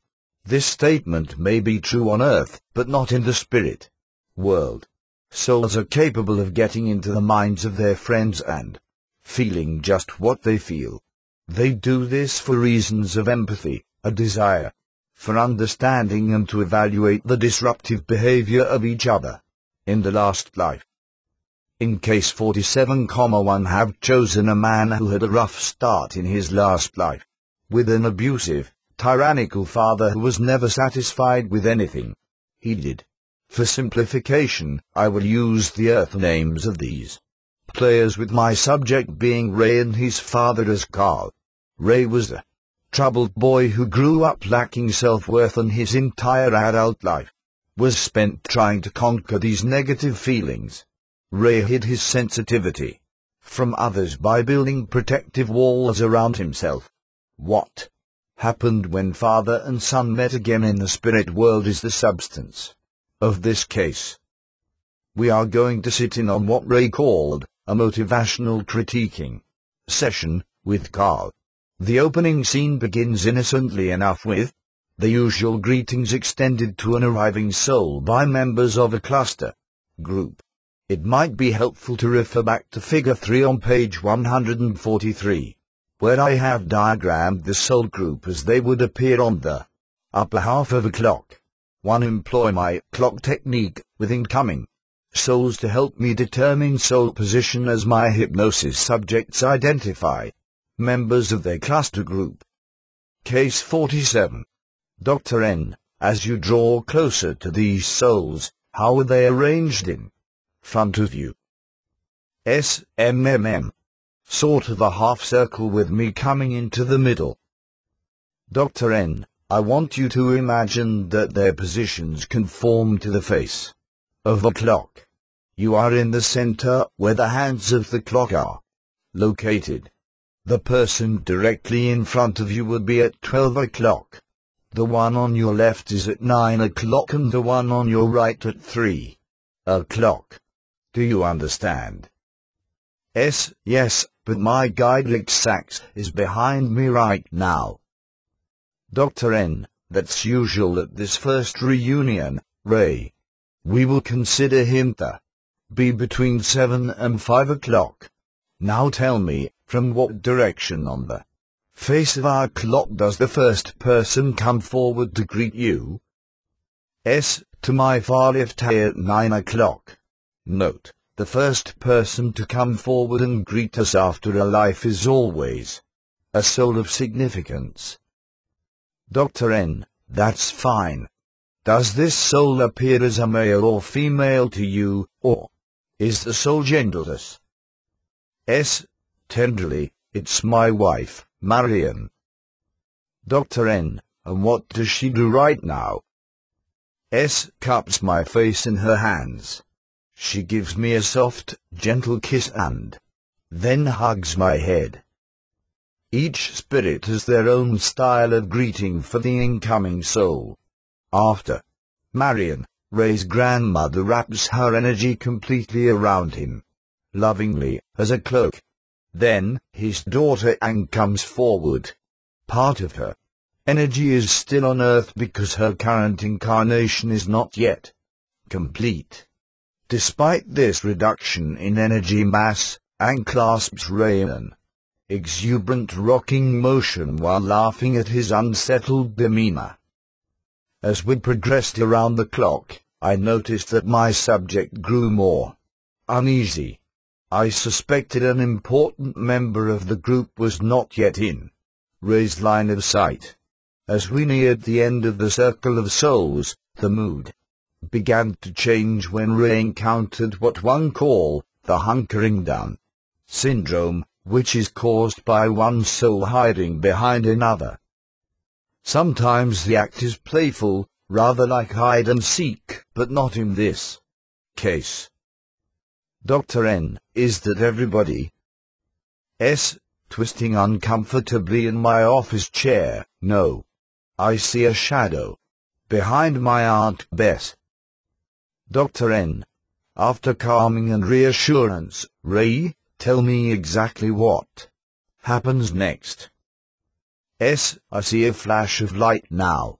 With recognition, oh, it's my father. Carl. He is hiding behind the rest. He wants to be last. He is avoiding me. He is embarrassed at the lightness of the moment, or the hugging, laughing and excitement going on. My father doesn't feel like participating in this right now with me. Darkly, neither do I. Note, a little further on in the session I make the transition back to the soul who was Carl. Dr. N, I want you to move forward to the time when you talked to Carl. Try to give me the details of just how your conversation with him unfolds. S, we soon get to this. The critiquing of what took place and why.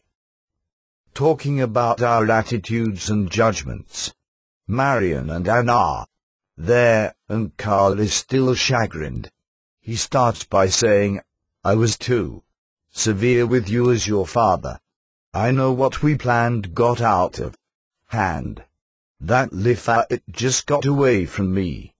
Dr. N, what does this admission mean to you, Ray? S, with a sense of revelation, Carl's soul is not like the alcoholic, abusive man who was my father. Oh, I see some similarities. But his innate goodness was shut down. He was not able to control the obsessions of this body. Dr. N, forgive me, Ray, but aren't you making excuses for his performance? I mean, Carl had lessons to learn too, didn't he? S, okay, he volunteered to join with a body prone to emotional outbursts. Besides the plan of making things deliberately hard for me, he wanted to see if he could better moderate a body prone to violence. Carl's previous life was one of excesses. He admits this last life we had together did not work out well. Carl did not do the right thing by me or himself. Dr. N, pressing, you still don't think Carl is excusing what he did to you as your father because of his body type? S, no, you can't get away with that here. Carl is explaining that he failed me in many ways this time around, but he learned from the life, and he asks me if one did too. Pause. Dr. N, please continue with this, Ray. S, a deep sigh. One can see all his anger is gone, and this is strange to me now because I haven't yet gotten used to his real self. But it won't take long. Dr. N, as you consider all this, Ray, what negative inclinations does the soul of Carl have which carry into his incarnations? S, he knows it is the desire to control events and people around him. His past life as my father fed into those tendencies. Both of us have trouble in life with confrontation. This is why we work so well with Anne and Marion. They seem to diffuse life's frustrations so much easier than we do. Dr. N, let's return to the circumstances which led to your need to be under the control of a stern father who was supposed to make things deliberately hard. Even if Carl had not gone overboard in his assignment, I don't understand why you volunteered to be his son. S. laughs, for that you would have to know our guide, exacts.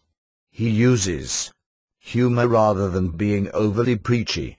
He doesn't push us hard as an authority figure because Carl and I react badly to a firm hand. X nudges us while letting us believe all the ideas we get come from our own perceptions.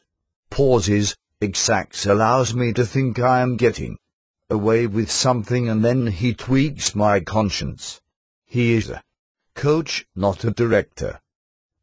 Dr. N. Well, I'm glad to get that information about X, but how does all this relate to you and Carl and this past life of a damaged relationship between you?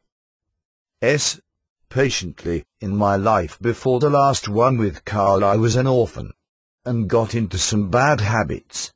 I lost my real identity in that body. It was a wake-up call. Dr. N. In what way? S. I had no directional support as a kid. My mother had died. Being alone as a kid can make or break you. The trouble was, as I grew stronger and more self-reliant, I had little concern for others. I created a life of taking and giving back little I felt people owed me. Dr. N. Look, Ray, do you have to go to such extremes? How about having a loving father in the life you planned with Carl to compensate for the one before as an orphan? S. Shrugs. Too easy. After my life as an orphan, X asked me, I suppose now you are ready for a life of being pampered by indulgent parents. I said to him, say, that doesn't sound bad at all. Then he added, shall we also arrange for you to be an only child of wealthy parents? We had some fun with this scenario for a while with Carl, entering into the discussion with a few quips about wanting plenty of money as my rich father in order to play the horses. He loves horses. Dr. N. So how did you and Carl finally come around to making the decision to have a stressful life together? S. X knows us so well. I am too far along for a soft soap approach to life. In the end we asked him for assignments together in a difficult environment. Dr. N. Didn't things go from bad to worse for you as far as loneliness and alienation in your last two lives? I'm wondering if you and Carl learned anything from having such a poor relationship as father and son. S. Pause, while rubbing his hands together in thought. Yes and no. It's true I let my alienation in both these past lives serve as a lack of real progress, but at least I had a father in my last life who didn't leave. I did better with Carl's abuse and total abandonment in my life before Carl, when I was an orphan. Dr. N. That's not much of an endorsement. Was the soul of Carl your father in your life as an orphan? S. No. Dr. N. What was your primary lesson in the last two lives? S. To keep my identity no matter what the adversity. This will make me a stronger soul. Dr. N. I'm sure it will, Ray. But I should think you might consider slowing down now and then and take easier lives as a change of pace. Would it be so bad to catch your breath and build a stronger foundation for identity retention in future bodies? S. Clearly upset with this suggestion. No one told you I can do this, and X knows it too. My strength is perseverance in fighting adversity. My life with Carl as my father was a recovery test from the previous life as an orphan, and it was not a failure for me. Forcefully, I learned plenty for the next life and won't tell Carl this to Make him feel better. Dr. N, how do the two of you bring all this to some sort of resolution in the spirit world? S. In a softer, more contemplative tone, when we are alone we agree to exchange the energy of our thoughts and all the memories of that life together. Dr. N, is this the full mind exchange I have heard about? S. Yes, every particle of my identity as Car's son in that life is transferred to Car while he projects all his memories as my father to me. It's very subjective and that's good. In my group we call this passing the cup of sorrows.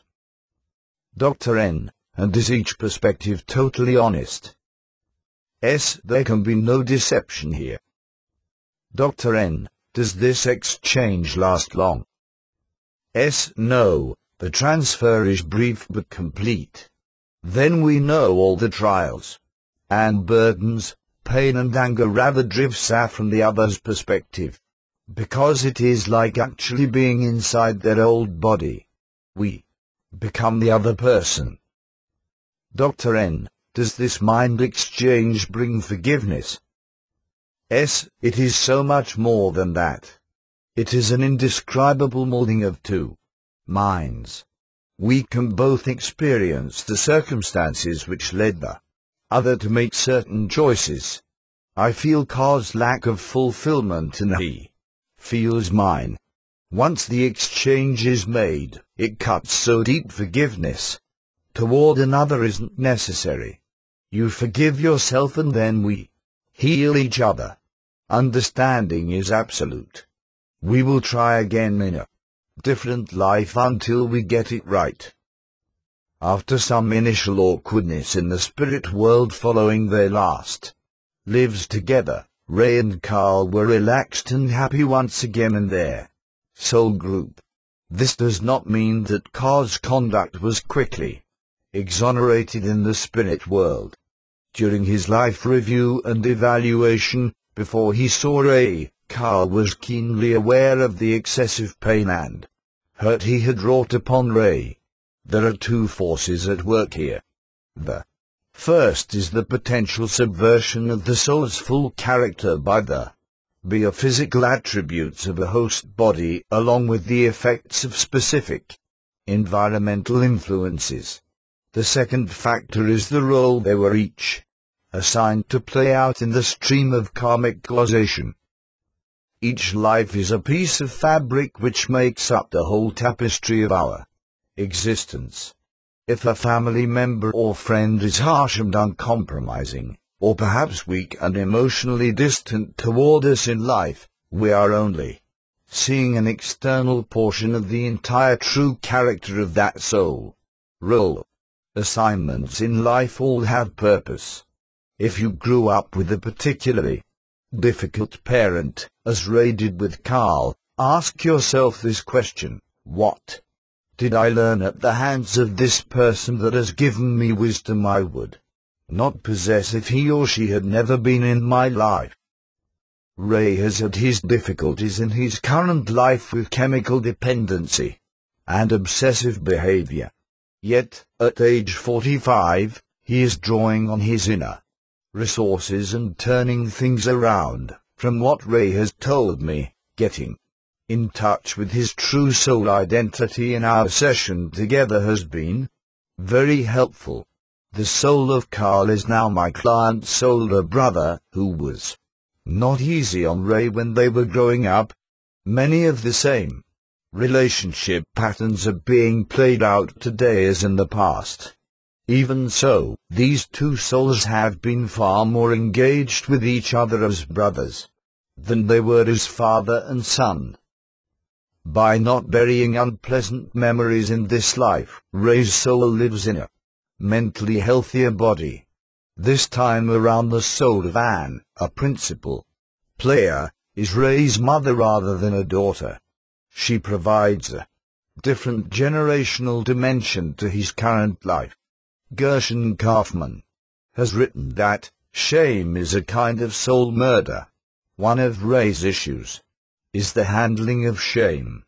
Shame brings a numbness to our minds, because it ushers in feelings of non-acceptance, of being no good and having no validity. It may be so overpowering as to preclude any soul progress in a human mind that is shut down. However, Ray is an unusually determined soul who, as we have seen, won't give up these hard lives for an occasional rest. He grows stronger by building on each hard life. Case 47 illustrates that there are souls who continually ask for body types that challenge their weakness of soul character. Both Ray and Carl are souls who easily fall into addictive habits with certain types of body chemistry. Why do they continue to ask for these bodies? They do it for practice. Any obsessive mood-altering behavior is a fix, and Ray's determined to conquer this before moving on. I know this soul is making progress. After 2 failed marriages, Ray told me he has met the woman of his dreams, but he had to be clean of drugs and alcohol to appreciate her. We learned his wife to be is the soul of Marion. A final word about the hunkering down syndrome, where a returning soul might not initially see a group member clearly. When this happens to someone sitting in my office, it may be that the soul who is hiding from a client's conscious awareness is going to have a profound future impact. I recall a young widow who came to see me while still grieving over the recent loss of her husband. We had reviewed all the members of her soul group, including the soul of her departed husband. He embraced H*R in an emotional scene where he told her to stay strong, and everything would turn out all right. Then she said, there is one more. A dark figure, bending down behind the others. Oh, it's the soul of my future husband. I'm sure of this, but we haven't met yet in this life. I'm not supposed to know who he is right now because it would spoil the spontaneity of our meeting. Interaction between soul groups. I have said that almost all the younger soul groups remain in their own study areas, particularly with the level I and lice, their designated spaces are sacrosanct with self-imposed boundaries between classrooms. The underlying basis for these conventions is that all souls have respect for the privacy of the work going on in other study areas. Spiritual classrooms are not like earthly models where we need excuse slips for absences. Souls are free to avoid study engagements with their own classmates at any time. If a soul wants solitude, or to be involved in some private work which they feel is beneficial to them away from their companions, they are free to do so as long as this activity does not interfere with the work of another group. I find that souls are not forced to study, and some take long periods of rest. Even so, most souls want to feel left out if they are not with their classmates in some ongoing project. It is the excitement of mastering certain skills that drives them. Thus, most souls don't wish to get involved in the middle of projects by other groups. I find that no two groups in a vicinity are at exactly the same level in all departments of study. So regardless of your developmental level, it is not all that easy to visit another classroom and gain something from a lesson in progress. Visits between soul group members are selective and designed for specific reasons. Since such visitations are by invitations emanating from teacher guides, they are the exception rather than the rule in the spirit world. There are groups who consort with sojourners while others don't appear to see souls from other groups at all, except when they are away from their study areas. When souls arrive near the end of their level 2 training, they begin to push very hard. It is during this time when my subjects most frequently talk about the opportunity of visiting other cluster groups. The client in my next case had the following to say about one of his visits. Dr. N, why did you want to visit this nearby soul group? I come from a less serious group than many. I like to visit with this cluster because they are slightly ahead of my own. It helps my game of life to be around better players. Most of them are about ready to move up into independent study and they are very determined. I tell them a few jokes about my group to loosen them up and they give me practical ideas. Dr. N, do you visit with them often? No, we know how busy everyone is and I respect that. I don't like to interrupt them too much. Dr. N, tell me about your last visit and what took place. Pause. They were in the middle of a heated discussion. One of their members, called Rick, was going over a dream sequence he had from an incarnation that recently ended. Rick thought they might like to know about this incident. Dr. N, an incident involving a dream by Rick when he was last in human form on Earth. That's right. Someone out of incarnation in his group had sent Rick information while he was asleep that his human mind misinterpreted. Dr. N, well, was it the fault of the sender at this discarnate or Rick? You must understand the group I am visiting are pros at this sort of thing. They don't like mistakes. They are a very serious bunch. Dr. N, please go on. What did you learn from the retelling of this incident by Rick about his dream? The morning after his dream on Earth, Rick said he went into deep meditation to try and sort out the message he had received during the night. I guess it was too muddled in his human mind to make much sense.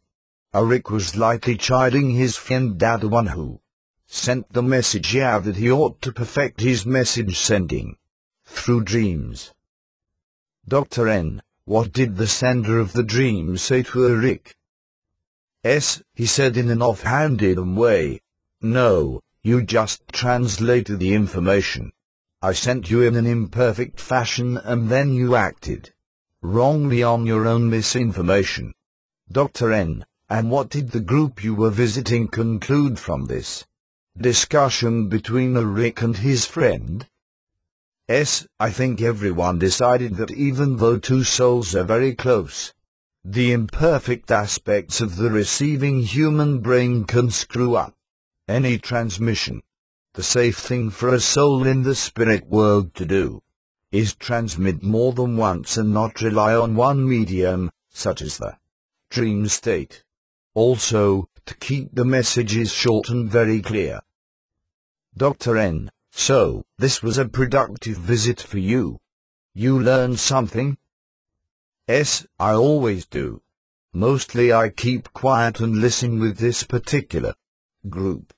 The discussion about transmitting spiritual messages was useful to me and I took what I learned from this visit back to my group for study. Those groups who are uncomfortable with ordinary visitors may welcome an advanced specialist or high-profile soul unique to their experience. I presented an example of this sort of visitation under colors of visitors in groups in Chapter 5. Yet even the clannish groups seem to enjoy socializing out of their study areas. I have already reviewed the community areas where large numbers of primary groups meet to engage in conversation with each other. To many souls this practice is considered recreation. Because many souls do become restless at times with their formal work, instructor souls often arrange for gatherings at the community centers to hear guest speakers. The visiting speakers at these functions give souls a break from their regular teachers, which allows for different perspectives with topics of general interest to the soul groups. These messages could center around how to appreciate others, the benefits OT, kind acts, loyalty and integrity, and how to be generous with the gifts each of us possesses. I know the expressions of all these moral sentiments doesn't sound much like recreation, but the speakers spice things up with personal anecdotes and many allegories where they draw parallels to their earthly experiences. There are also other subtle conversations here between masters of their craft and members of an audience of souls that my subjects are unable to translate for me. I have a quote which gives the flavor of such a gathering. Our training is helped by the roving guest speakers. They are different in approach and character from my own guide, and that's helpful. There is one woman called Kin, whom I adore. She comes to our center once in a while, and I never miss her. Her particular skill is the ability to take any problem and quickly boil it down to the heart of the matter. She can take a complex idea and get through to me so quickly I somehow know I am going to respond much more effectively the next time it confronts me in life. She tells us to listen to people we don't particularly like on Earth because we can learn something from everyone. Recreational activities in the spirit world. Leisure time. This section is dedicated to all those who are afraid that life between lives involves only work and no play. The term R&R, rest and recreation, is quite appropriate in the spirit world, and I have listened to the statements from hundreds of clients about what they do outside of their training areas. After physical death, our spirit continues to carry all the fond memories of earthly life. The poignancy of tasting food and drink, touching human bodies, the smell, sights and sounds of walking the deserts, climbing mountains and swimming in the seas of earth remain with the soul. An eternal mind can reminisce about the motor movements and sensory pleasures of a human vessel and all the feelings it generated. Thus, it is natural souls would want to maintain these planetary memories by recreating their former bodies in the spirit world. After all, it was here, in the spirit world, where the conceptual design and eventual energy models for physical organisms began. In this section, one will also discuss soul travel to Earth between lives as a part of R&R. Chapter 8 will deal with souls who travel to worlds other than Earth.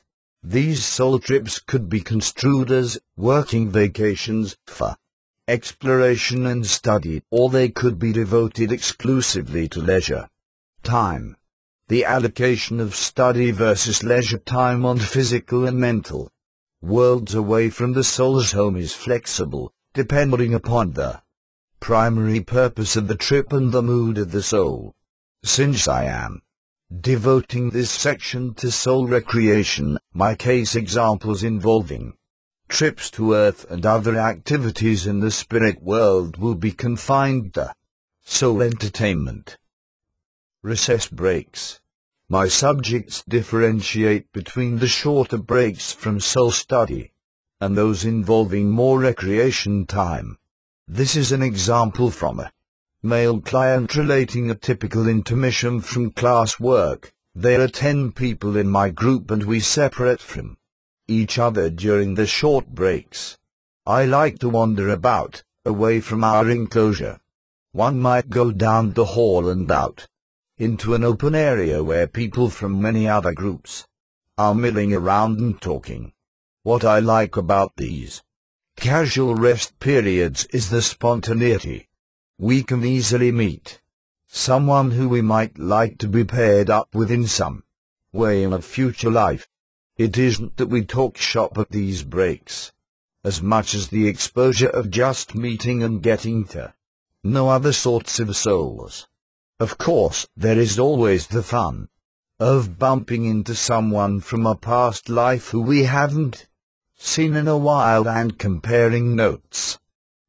Another subject had this to say about lesson breaks with members of her group who are inclined to choose female bodies. We go to a space surrounded by a lush garden of flowers.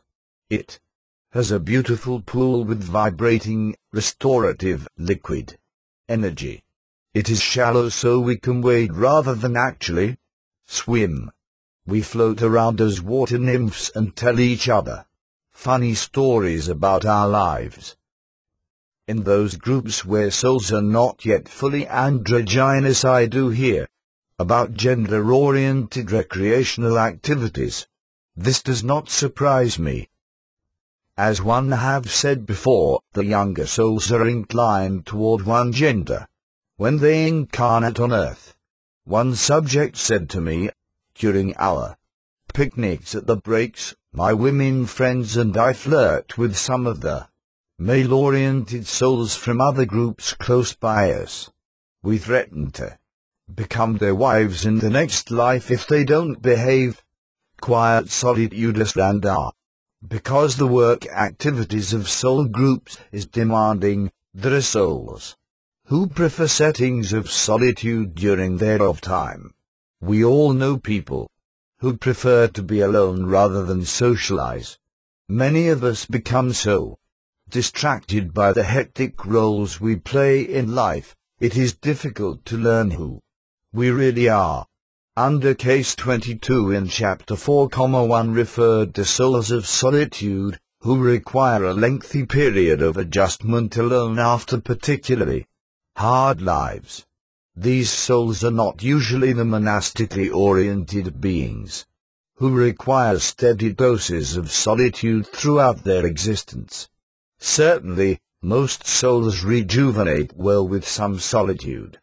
Yet I have encountered certain souls who seem to require regular periods of seclusion, mixed with group class time. One consider many souls of this type to be ascetics. I feel the appeal of periods of quiet time represents a form of mental contemplation similar to that experienced from abhista ashrams on Earth, where we focus on spiritual principles. A client made the following symbolic statement: I am called the wreath weaver by my group. I like to be by myself so I can see myself. Within my quiet time, I construct circular bands of energy, weaving them together as a tapestry of my lives and that of my 6 closest friends. I display the diversity of our life experiences by weaving different material attributes of energy which represent the trappings of people and events. To execute this properly, I must have total concentration. My subjects say that the desire for time alone in the spirit world comes from an intense need to dwell within the sacred confines of pure thought, to try and touch the source from which they sprang. Many say they have profound moments of success, but it is intense work. I have found that some of these ascetic souls have trouble participating in group activities and will shun recreation periods because they prefer contemplation. Despite their detachment during training, down the line, these souls are capable of making great contributions in their specialty areas. Going to Earth for R&R. There are souls who come to Earth as invisible beings between lives so they can re-experience former physical environments. The only problem with this is they must return to chronological time, which means these souls are caught up with change since they were last here. In Chapter 3, The soul in case 17 described returning to Earth on a vacation trip and running into other discarnates, some of whom were disruptive. This factor, plus not wanting to dilute old, original memories, can dissuade souls from coming back to Earth between lives. There are souls who find this sort of nostalgic trip to be unrewarding and even frustrating out of a physical body. This situation does not apply to those souls who come back to comfort and aid loved ones and are not motivated by a desire for recreation. From what I have observed, it is change that seems to have the biggest impact on the vacationing soul. Many won't return to Earth for recreation between lives because of the day-to-day modernization of the communities they once occupied. In dimensions away from ground zero, on Earth, images of places and the people who once lived here are frozen in a timeless vacuum that never vanishes from existence. The patterns of energy particles representing moments in human history can be retrieved at will by souls who are out of absolute physical time. Nonetheless, there are souls who still want to come back for planetary visits, despite the negatives.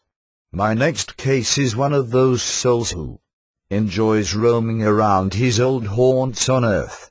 Out of a multitude of possible case selections, I chose the next case for personal reasons. The area described is where I grew up. Case 49, and I participated in the same activity, which even overlapped in time during the last few years of his life, ending in 1948. As I consider this case, I wonder if I will be imitating this soul's spiritual recreation myself in the 21st century. Case 49. Dr. N. What do you find most enjoyable as a recreational activity between lives? S. I like to come to Earth. Dr. N. Where do you go? S. I loved the beaches of Southern California in my last life.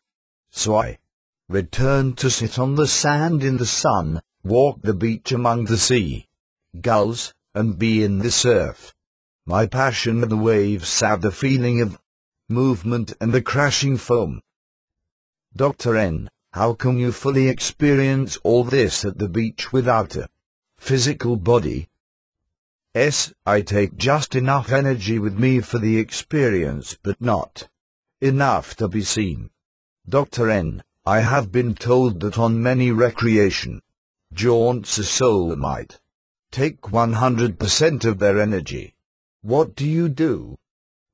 S. We don't do this on Earth because it would not be fair to scare people. I bring no more than 5%, usually a bit less. Dr. N. Are you capable of riding waves? S.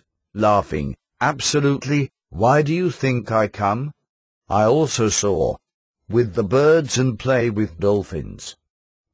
Dr. N. If you were a spirit sitting on the beach enjoying the sun and I walked past you, what would I see? S. Nothing. One am transparent. Dr. N. Would that mean if I was strolling along the beach would I just walk through you and your space without sensing your presence? S. Well, a few people might sense something, but they would probably dismiss this as a figment of their imagination. Dr. N. Could you go to other physical worlds to experience what you have described? S. Yes, but I love this area and one have been here in more than one life. That is why I return. For me the sea is part of my soul. I could go to other water worlds, or create all this in the spirit world, but for me this would not be quite the same thing. Dr. N. Where are your other favorite spots to play based upon your former lives on Earth? S. Around the Mediterranean and Aegean seas. creation of earthly settlements. The Apaches believe that wisdom sits in places. Since it is possible to create any reality in the spirit world, it is not unusual that some souls wish to spend their off periods in the houses where they lived on earth. Frequently, these souls prefer to suspend the timeline where they lived in a former life and not expose themselves to huge increases in population and alterations of their old neighborhoods. This is like freezing moments in past time, which souls who wish to spend their recreation time in the spirit world can do. These souls may want to mentally construct an exact duplication of familiar settings around where they used to live, such as the surrounding countryside, parks and streets, and any structures which remind them of their old hometowns. They only have to conjure up these places from memory and use directed energy beams for the images to appear. To fully implement these projects created out of pure energy, the assistance of others may be required. Once in place, they will disintegrate only when the soul loses interest. The body's souls had during the time when they lived in certain locations are also recreated by them whenever they are in residence. Souls may wish to add their old pets to these scenes, which I will explain more about in the section on animals. I must say that many of the souls who appreciate this sort of recreation are fun-loving and humorous. They might ask their past life friends to come and socialize with them at recreated geographic locations of mutual interest. Soulmates have priority here, as the next quote clearly indicates. My wife Erica and I loved the small house we built in the Bavarian Alps. We wanted it again after death, and so we built it with the help of our energy teacher. He thought it was good practice for us. The model was in my mind and he saw it perfectly before we began the energy transmissions. Additional touches of the exterior came from our friends Hans and Delphi, who lived near our house in Germany and are with us now. The interior furnishings Erica and I did without help. I created my old library and my wife set up her kitchen just as it was. It is wonderful to be alone again with her in this way. People are curious if souls can have intimate physical relations with their recreated bodies. If good sex originates in the mind, then the pure soul has all the benefits without the physical inhibitors. No self-pretense is possible in the spirit world. From what I can gather, there is a loss of full tactile sensation by not being within the dense physical body having a nervous system. At any rate, in the spiritual recreation of a human body, the lack of full sensory sensation is more than made up for by the erotic power of two minds that are completely joined. Love is a desire for full unification with the object of that love. Spirits have the capability between lives of expressing love even more intimately than on earth. Even so, some souls are still motivated by establishing the scenes of former lives where their love blossomed. Recreating these scenes is meaningful to partners. After all, a major incentive for many souls to reincarnate is the pleasures of physical expression in biological form. Animal souls. I remember delivering a speech in downtown New York City, and during the question and answer period a woman in the front row issued me the following challenge. Do you believe cats have souls? I responded with, are you a cat owner? While the woman hesitated for a moment, a friend sitting next to her smiled and held up 4 fingers. Of all the animal lovers in the world who are interested in this question, I have to Be the most careful of those owning cats. One told the woman in Manhattan that since I have never hypnotized a cat, I can't personally attest to cats having souls. This did not make her happy until I added that some of my clients declare they do see animals in the spirit world between their lives. The world's religions have long debated whether animals possess souls.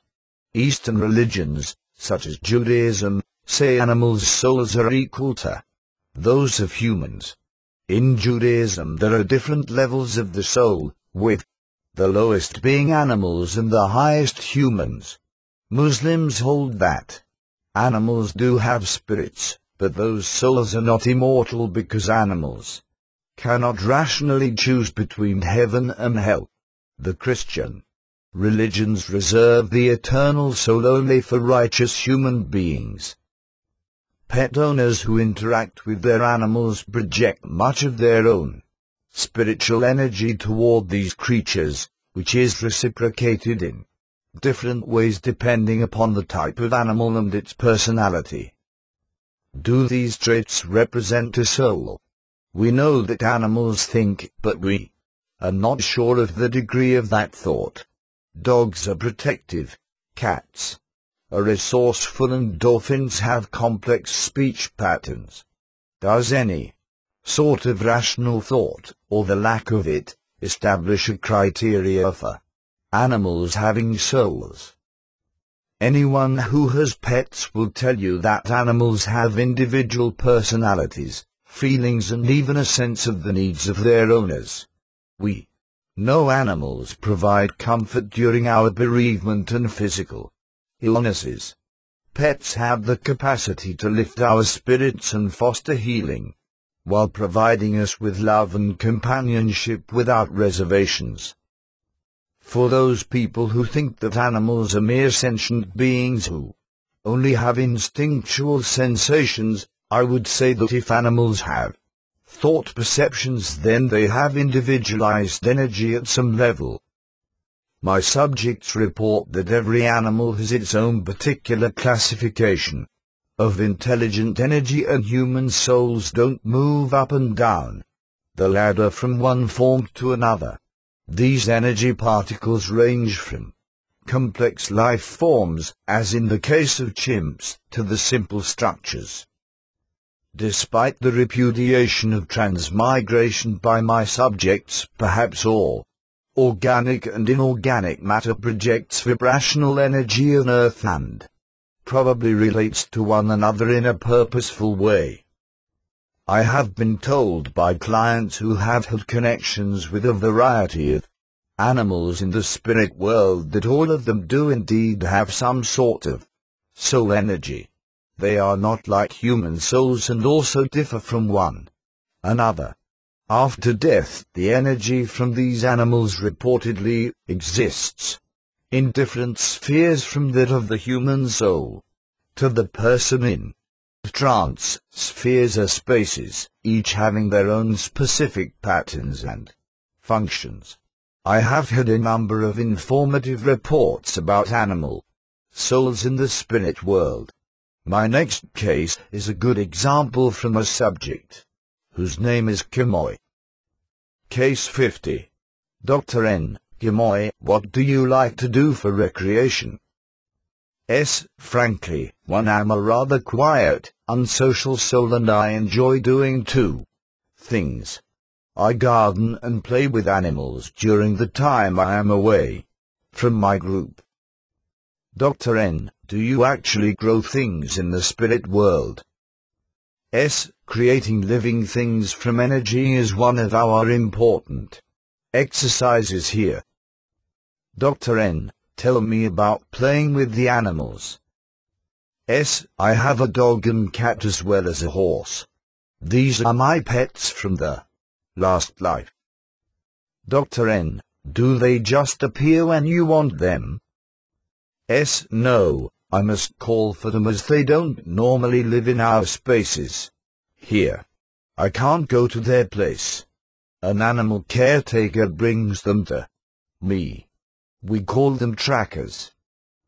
Dr. N, meaning the tracker has to find your pet and not one created out of energy, as you might do with a plant in your garden?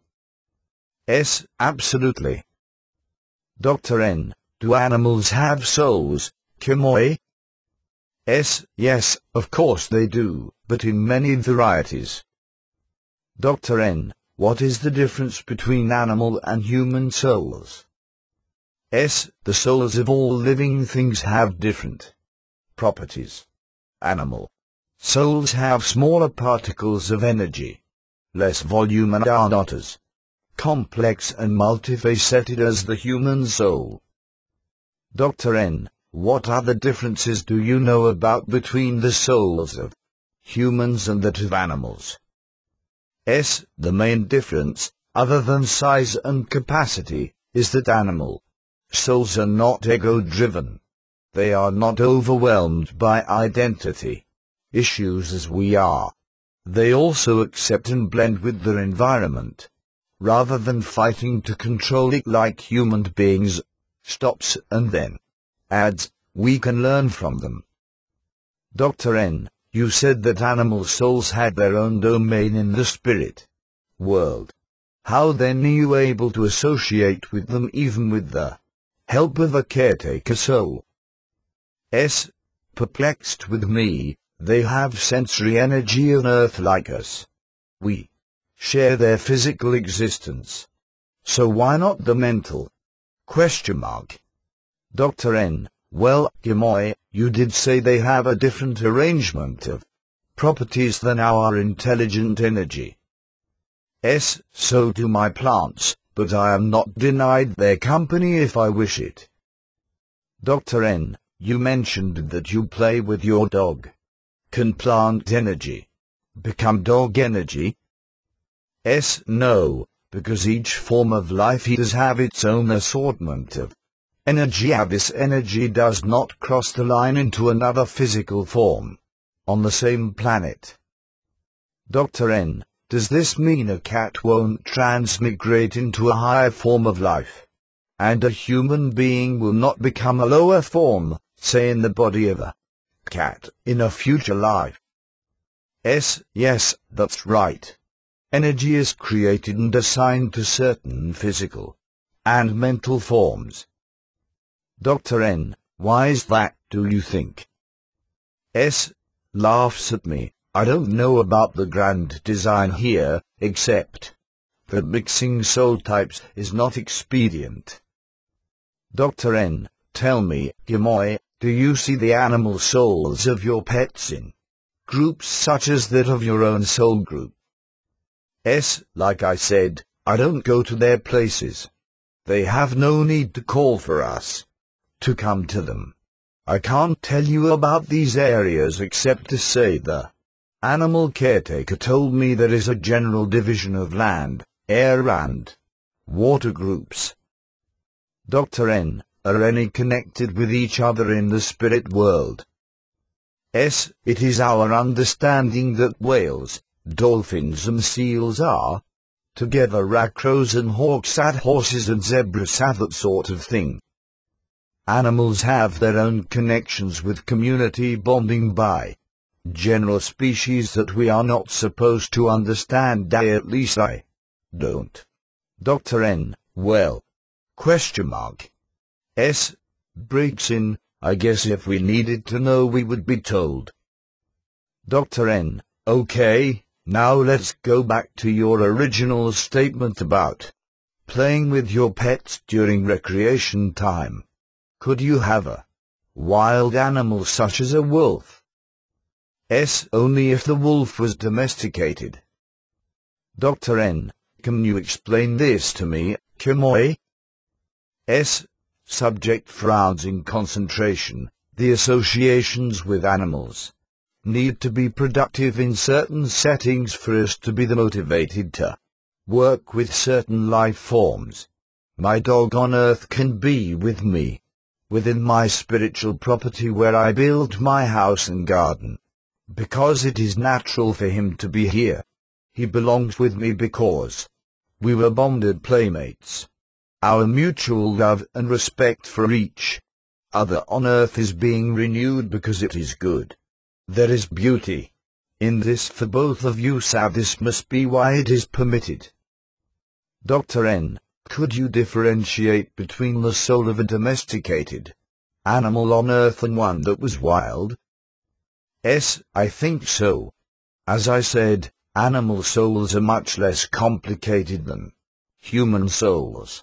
The domesticated ones are able to extend love and affection to humans, which we need.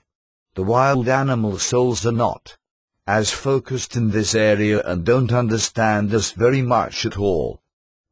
Most cannot be constrained and shouldn't be, just because we share the same environment. Dr. N, do you think there is more need for freedom with the wild animal? S, maybe, but the souls of all living things, especially you, require freedom of expression. With the domesticated animal soul, they are more willing to give up some freedom to bond with humans in exchange for love, affection and protection. There is a symmetry in having pets. Dr. N, Gimoy, you make this sound as if domesticated animals are on earth to serve humans. S, it is a mutual benefit exchange, like I told you. Those of us who love animals on earth believe we can communicate with our pets in small ways. When we return to the spirit world and see our pets again, each of us in a pure soul state, how this becomes more evident. Dr. N, does everyone in the spirit world feel as you do about animal souls? S, many do not have my love for animals. I have friends here who have no wish to interact with animal energy, even some who connected with animals on earth. They have other activities during their recreation time. Stops and then adds, this is their loss. Animal caretaker souls appear to be specialists in the spirit world. It is not a popular specialty among my clients, but their work is much appreciated by pet lovers. These caretakers are not considered to be zookeepers. I once asked a subject who was knowledgeable of the skills this specialty required about my old Basset hound, Socrates, a much-loved family pet for 15 years. My question was that if my soul mind could create a house and a physical body for myself between lives, could I conjure up my dog? I was told the following: you could do this if you were advanced enough in the creation of energy. But even if you had this ability, your dog would not be quite as real as a professional could do for you. An animal caretaker soul has the skill to track and find the spark of soul energy which did not die with Socrates and reconstruct your dog exactly as you knew him on earth. Your pet will know you and be able to play with you whenever you wish, and then he will go. Apparently, animal caretaker specialists associated with Earth are souls who are skilled at finding and reconstructing the essence of certain lower forms of life. I think of them as creator souls who seem to have the desire and ability to maintain these forms of life for us in the spirit world because of their own love for the creatures of our planet. There can be past life karmic aspects to our associations with animals on Earth, and this could be another reason why we have animal caretaker souls. I have a client who is an intense animal rights activist, has been devoted to the alleviation of animal suffering in all her past, lives since a life in Austria in the early 16th century. As a young Austrian boy in that life, my client's family was engaged in the slaughtering of cows and pigs for market, which traumatized him. Today this client calls all animals my children. During her life, and between lives, she spends her free time with them.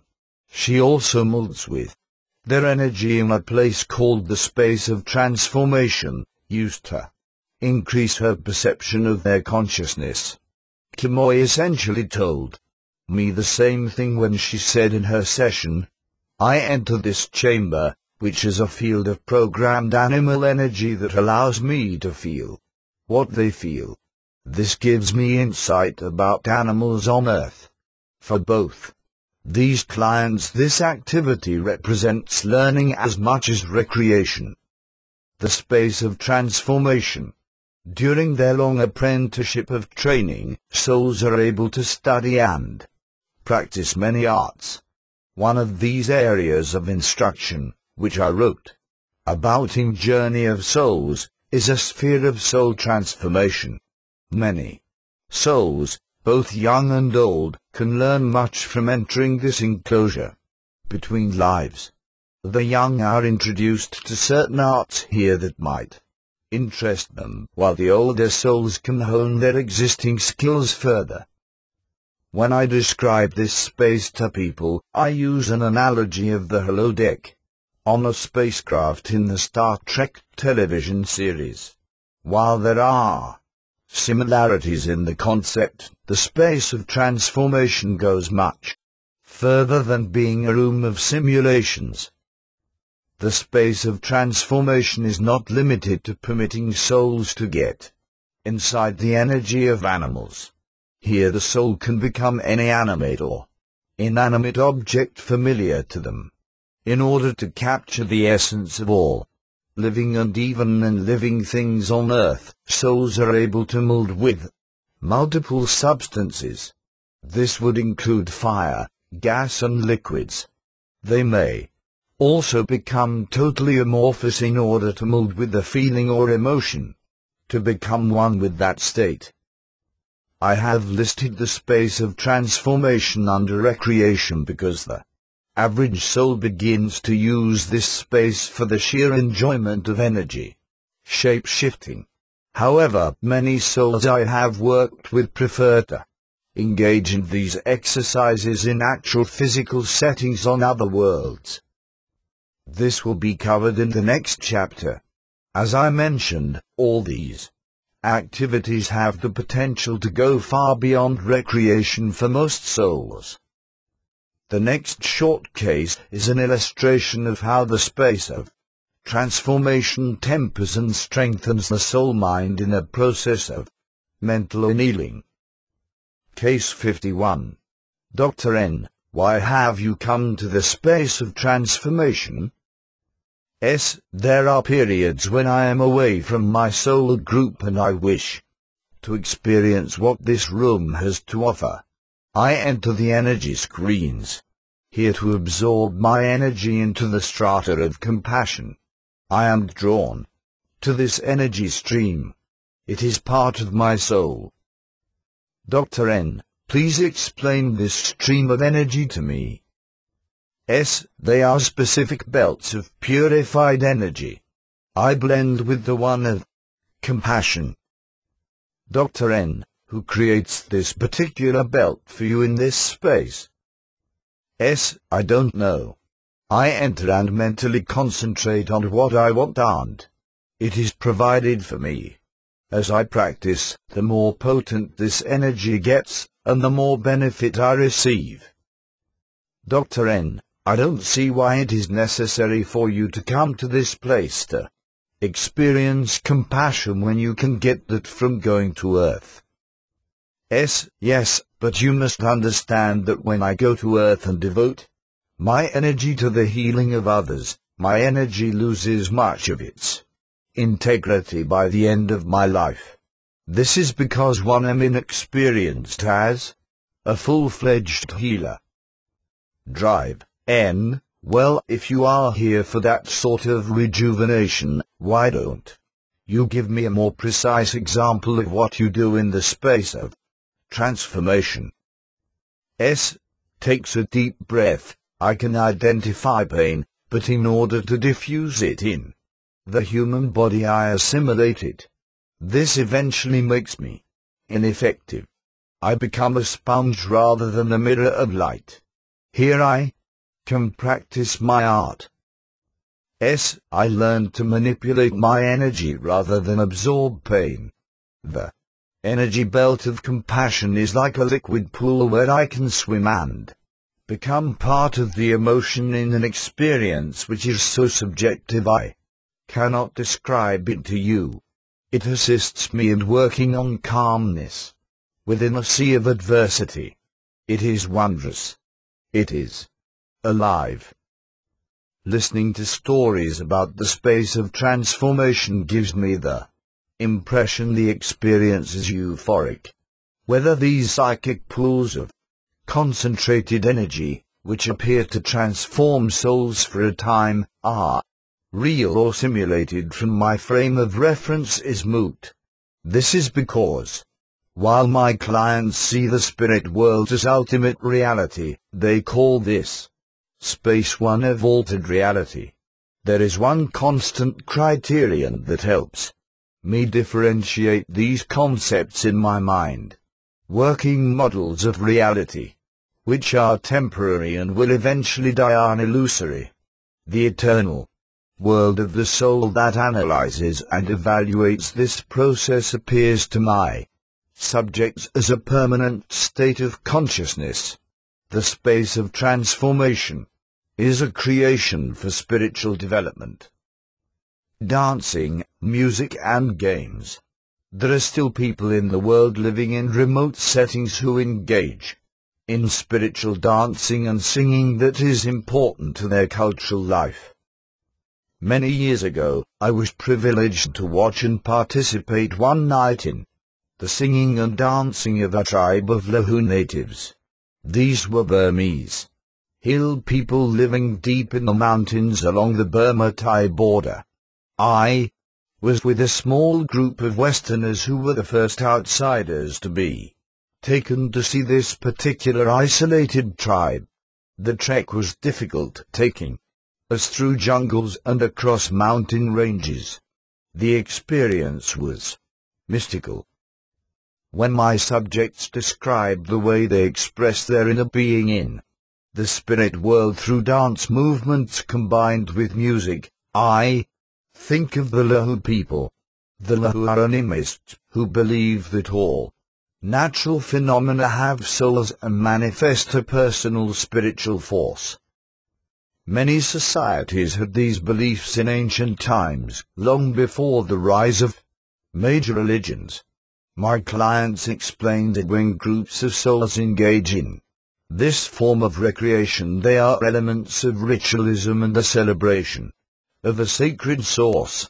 As with both ancient and modern cultures on Earth, souls find this form of expression to be a means of heightening intensity. These movements evoke soul memories of their origins on Earth, other worlds and the spirit world itself. Dancing and singing in unison brings a feeling of oneness with all thought. When my subjects describe the effects of this form of soul recreation, it is as if they feel suspended in the memory of spiritual bliss. They talk about how the sounds and rhythms of harps, lyres and chimes are an expression of their nature as a soul. The accounts of some clients remind me of my visit to the Lahu tribe when they speak of drums, flutes and dancing in a circle around a fire. One of these subjects said this to say, we engage in the ring dance, moving in graceful, free-flowing harmony around firelight accompanied by the humming of lilting melodies. Our energy whirls in circular, changing cadences as a shifting wind of moods. For us this is an offering of the intense relationships we have for each other, born from 1,000 lifetimes together. We come to participate in dance and song as an affirmation of our bonds and to resonate a collective wisdom. Another subject reported the following about dance movements in the spirit world. Initially, the object was apparently speed, then the dance changed to something else. We start moving in a circle and then the pace accelerates faster and faster. We gather all this force, pushing it in front of us, until we look like a whirlwind with no space between. Now, the dance is gone and replaced by a cascading turbulence, which is a joining of our souls. As we slow down, the effects of unraveling energy are useful in observing our separation. At the end of this dance we have experienced the intricate differences between our vibrational energy patterns. Some souls have described the scene above as the tumbleweed game. This indicates to me there is only a fine line between spiritual dancing and games, all of which have their individual interpretations. Here is another example. When we dance, we change our normal pear-shaped, elongated energy to that of a curved crescent which looks like a first quarter moon. We move toward each other from 2 or 4 directions, depending upon the number of participants. By shifting our shapes from concave to convex back and forth to match the soul opposite us, we can blend a spoon fashion and separate with great speed. We stretch out and intertwine our energy while swaying in and out like a mating dance. Soul dancing may also become a form of acrobatics, as indicated by the next statement from the client. My group especially enjoys acrobatics. We do not perform gymnastics in human form, as some of the others do. We retain our oval or elongated shapes of pure energy. We set up an energy field resembling a kind of trampoline to be used for tumbling in relays. It includes a dance form which is too hard to describe, but it's all done with a great deal of laughter and fun. This movement during recreation draws us closer together. I have noticed that these activities may be combined with comedy skits. Souls who engage in these forms of entertainment love to poke fun at each other. Yet I don't hear much about souls acting in full-scale plays as pure recreation. This is because the more serious aspect of role-playing, although not lacking in humor, is so often employed during past life reviews. This is enough theater for most souls. Other recreational activities, such as art and composition, are pursued quietly and individually. The practice of music and sculpture may be pursued alone or collectively. Sculpting energy to design structural objects and the creation of small life forms is not really considered recreational.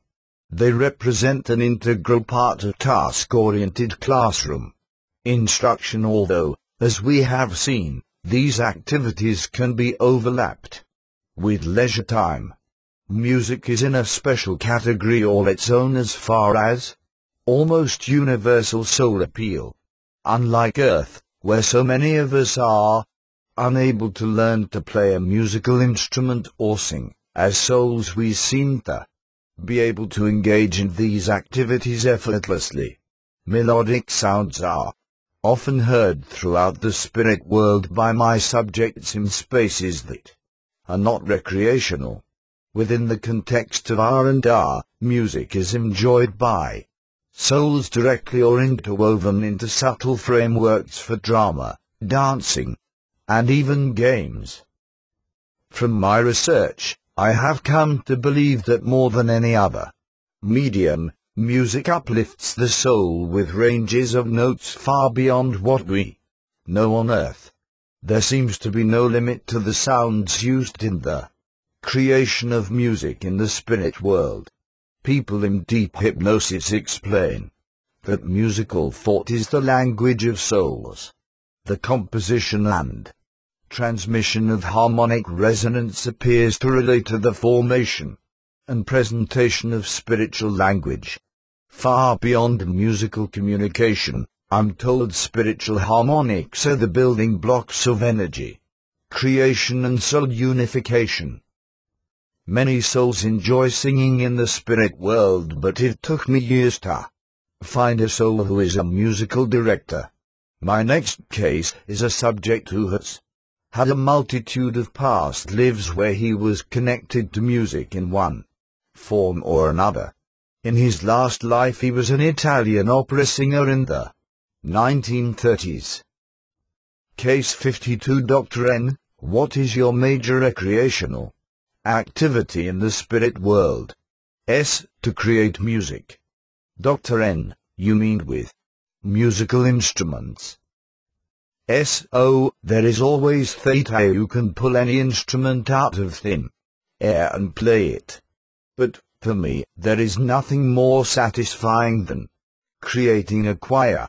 The voice is the most beautiful of musical instruments. Dr. N. Look, you don't have the vocal cords of an opera star any longer, so... S. Laughs at me. Has it been that long since you were a spirit? No. Human body is needed. In fact, the sounds we create are lighter and of much greater range than those on earth. Dr. N. Can everyone sing the high and low notes? S. With enthusiasm, of course they can. We all have the ability to be sopranos and baritones at the same time. My people can hit high and low notes, and everyone is always on chat. They just need a director. Dr. N. Could you describe what you do? S. Quietly, without boastfulness, I am a musical director of souls. A singing conductor. It is my passion and my skill and my pleasure to give to others.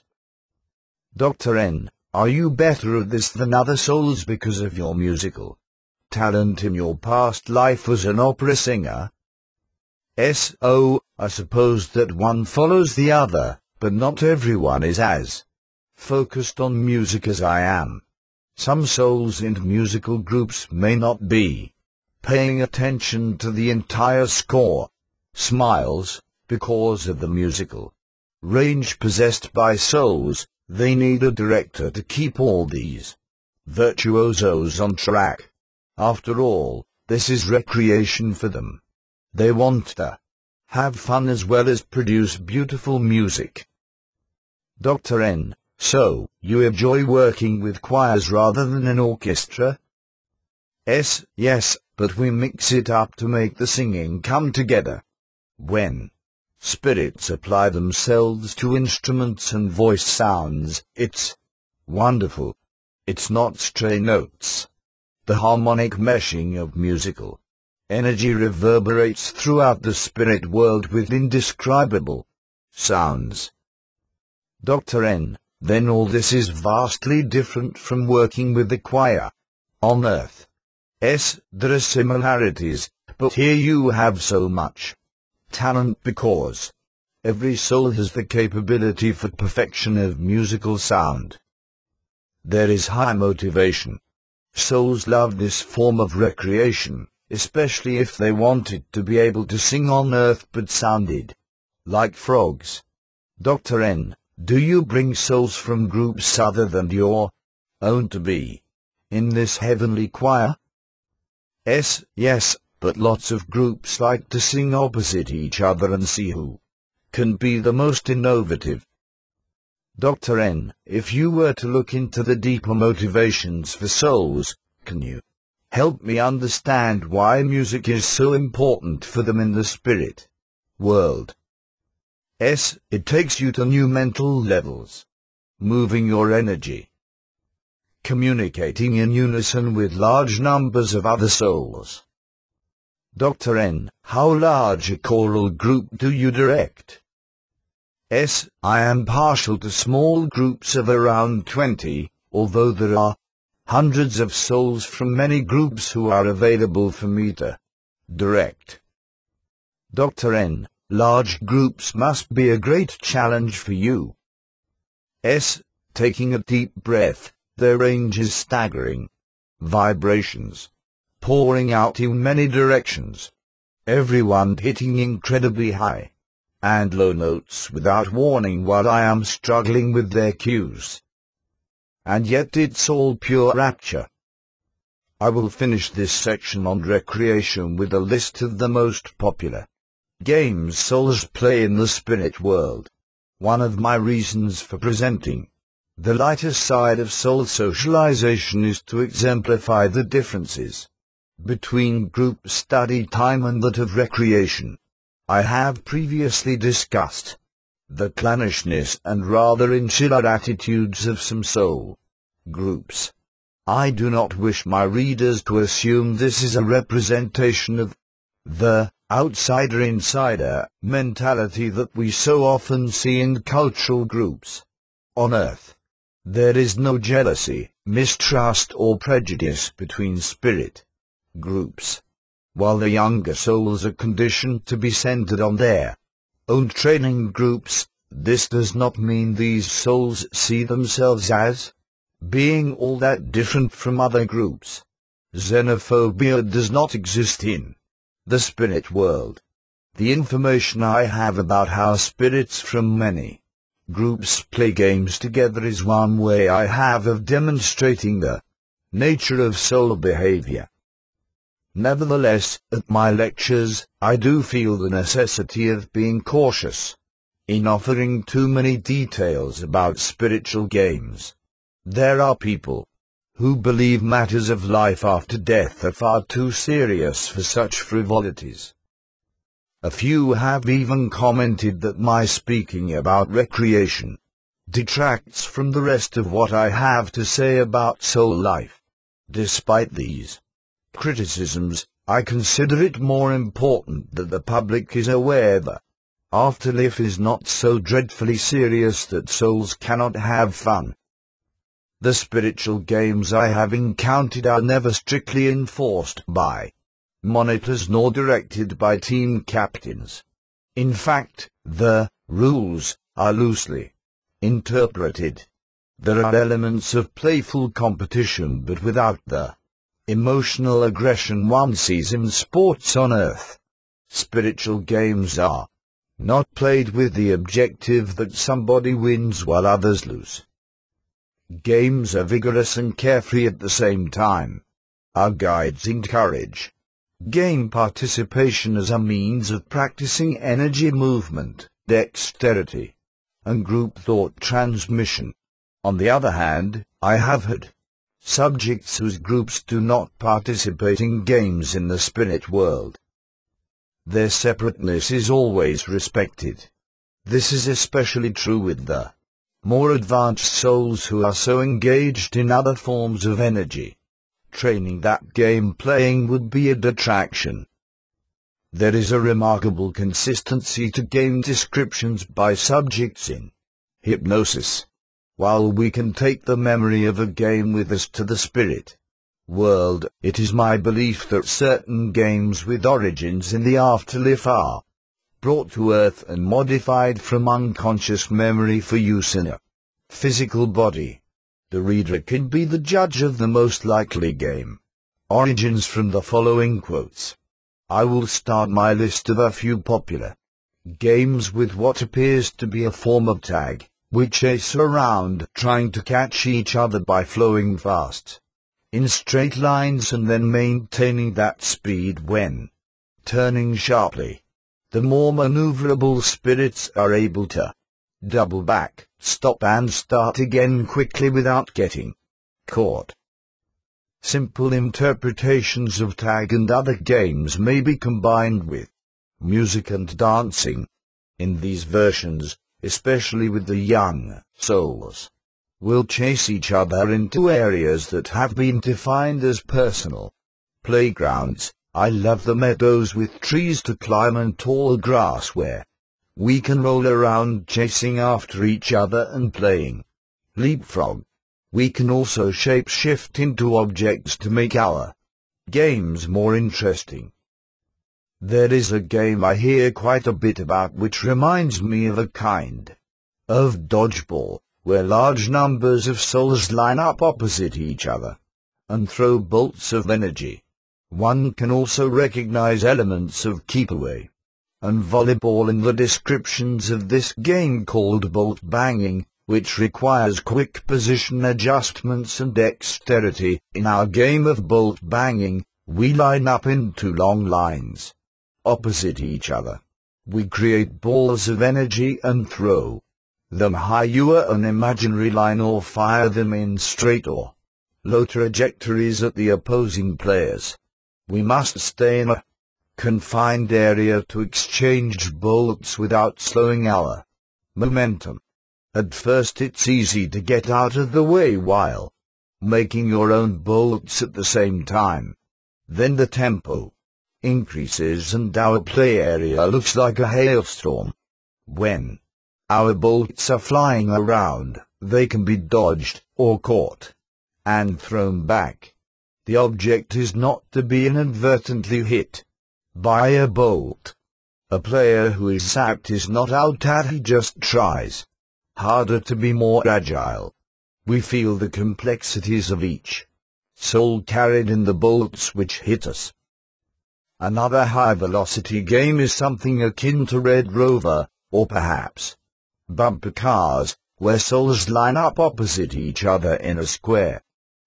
Instead of sending one player over at a time to try and break through our chain of arms, as in Red Rover, these souls rush at each other en masse. One subject said, "This is a game of collision, where we bounce off one another in a chain reaction of whirling energy. The object seems to be the creation of a high volume of concentrated energy." Another client who plays this game told me, the energy flow from all of us is pooled so that each player receives a heightened awareness from all the other souls. It's an exhilarating game. There is a magnification of all our energy which is unified. Eventually, when the energy charge lessens, we all settle down and engage in a kind of folk dance. There are many subtle games that my subjects have difficulty in describing to me. One I have heard about from a number of people, however, has the name of Gemble. The game is a little like marbles and lawn bowling combined with the symbolism of gemstones, which I reviewed in Chapter 6. From Case 53, it can be seen how displaying colored energy objects as embodiments of personal character need not be limited to our appearances at the Council of Elders. Case 53. Dr. N. Do all groups have some interest in playing games? S. Not at all. My group is fun-loving and we don't like to be tied down in classrooms too much. Some of the others find us a bit wild and undisciplined. There are 4 souls in our group who are not so playful, so we cherry-pick from other groups to make up our teams. Dr. N. Is it true that souls can bring all the games they enjoyed on Earth to the spirit world? S. Hesitates. Well, yes. But you don't see them all. Dr. N. Why not? Give me some examples of games you don't see. S. I don't see golf because it is too self-centered. You are mostly playing against yourself. Tennis is a little better, but I don't see that either because only 2 people play and that is limiting. Dr. N. Does this mean football is popular in the spirit world? S. Not really. We don't play games with stars like quarterbacks and team captains. Football is too uneven a game, with wide variations in positions. Soccer would be better. It's hard to explain. We enjoy group games with lots of souls where everyone has an equal position and is engaged in the same way in their movements. Dr. N. I enjoy swimming, so I suppose you wouldn't see that either. S. Laughing, then you'd be wrong. If you didn't want to go to Earth for this as a spirit, you could create a semblance of water, hurrah, or a golf course or whatever you require to bring back happy memories. But if you want other souls to participate with you in games of sport, then that's more of a collective matter. Dr. N. So, you see a difference between individual and group recreational activity.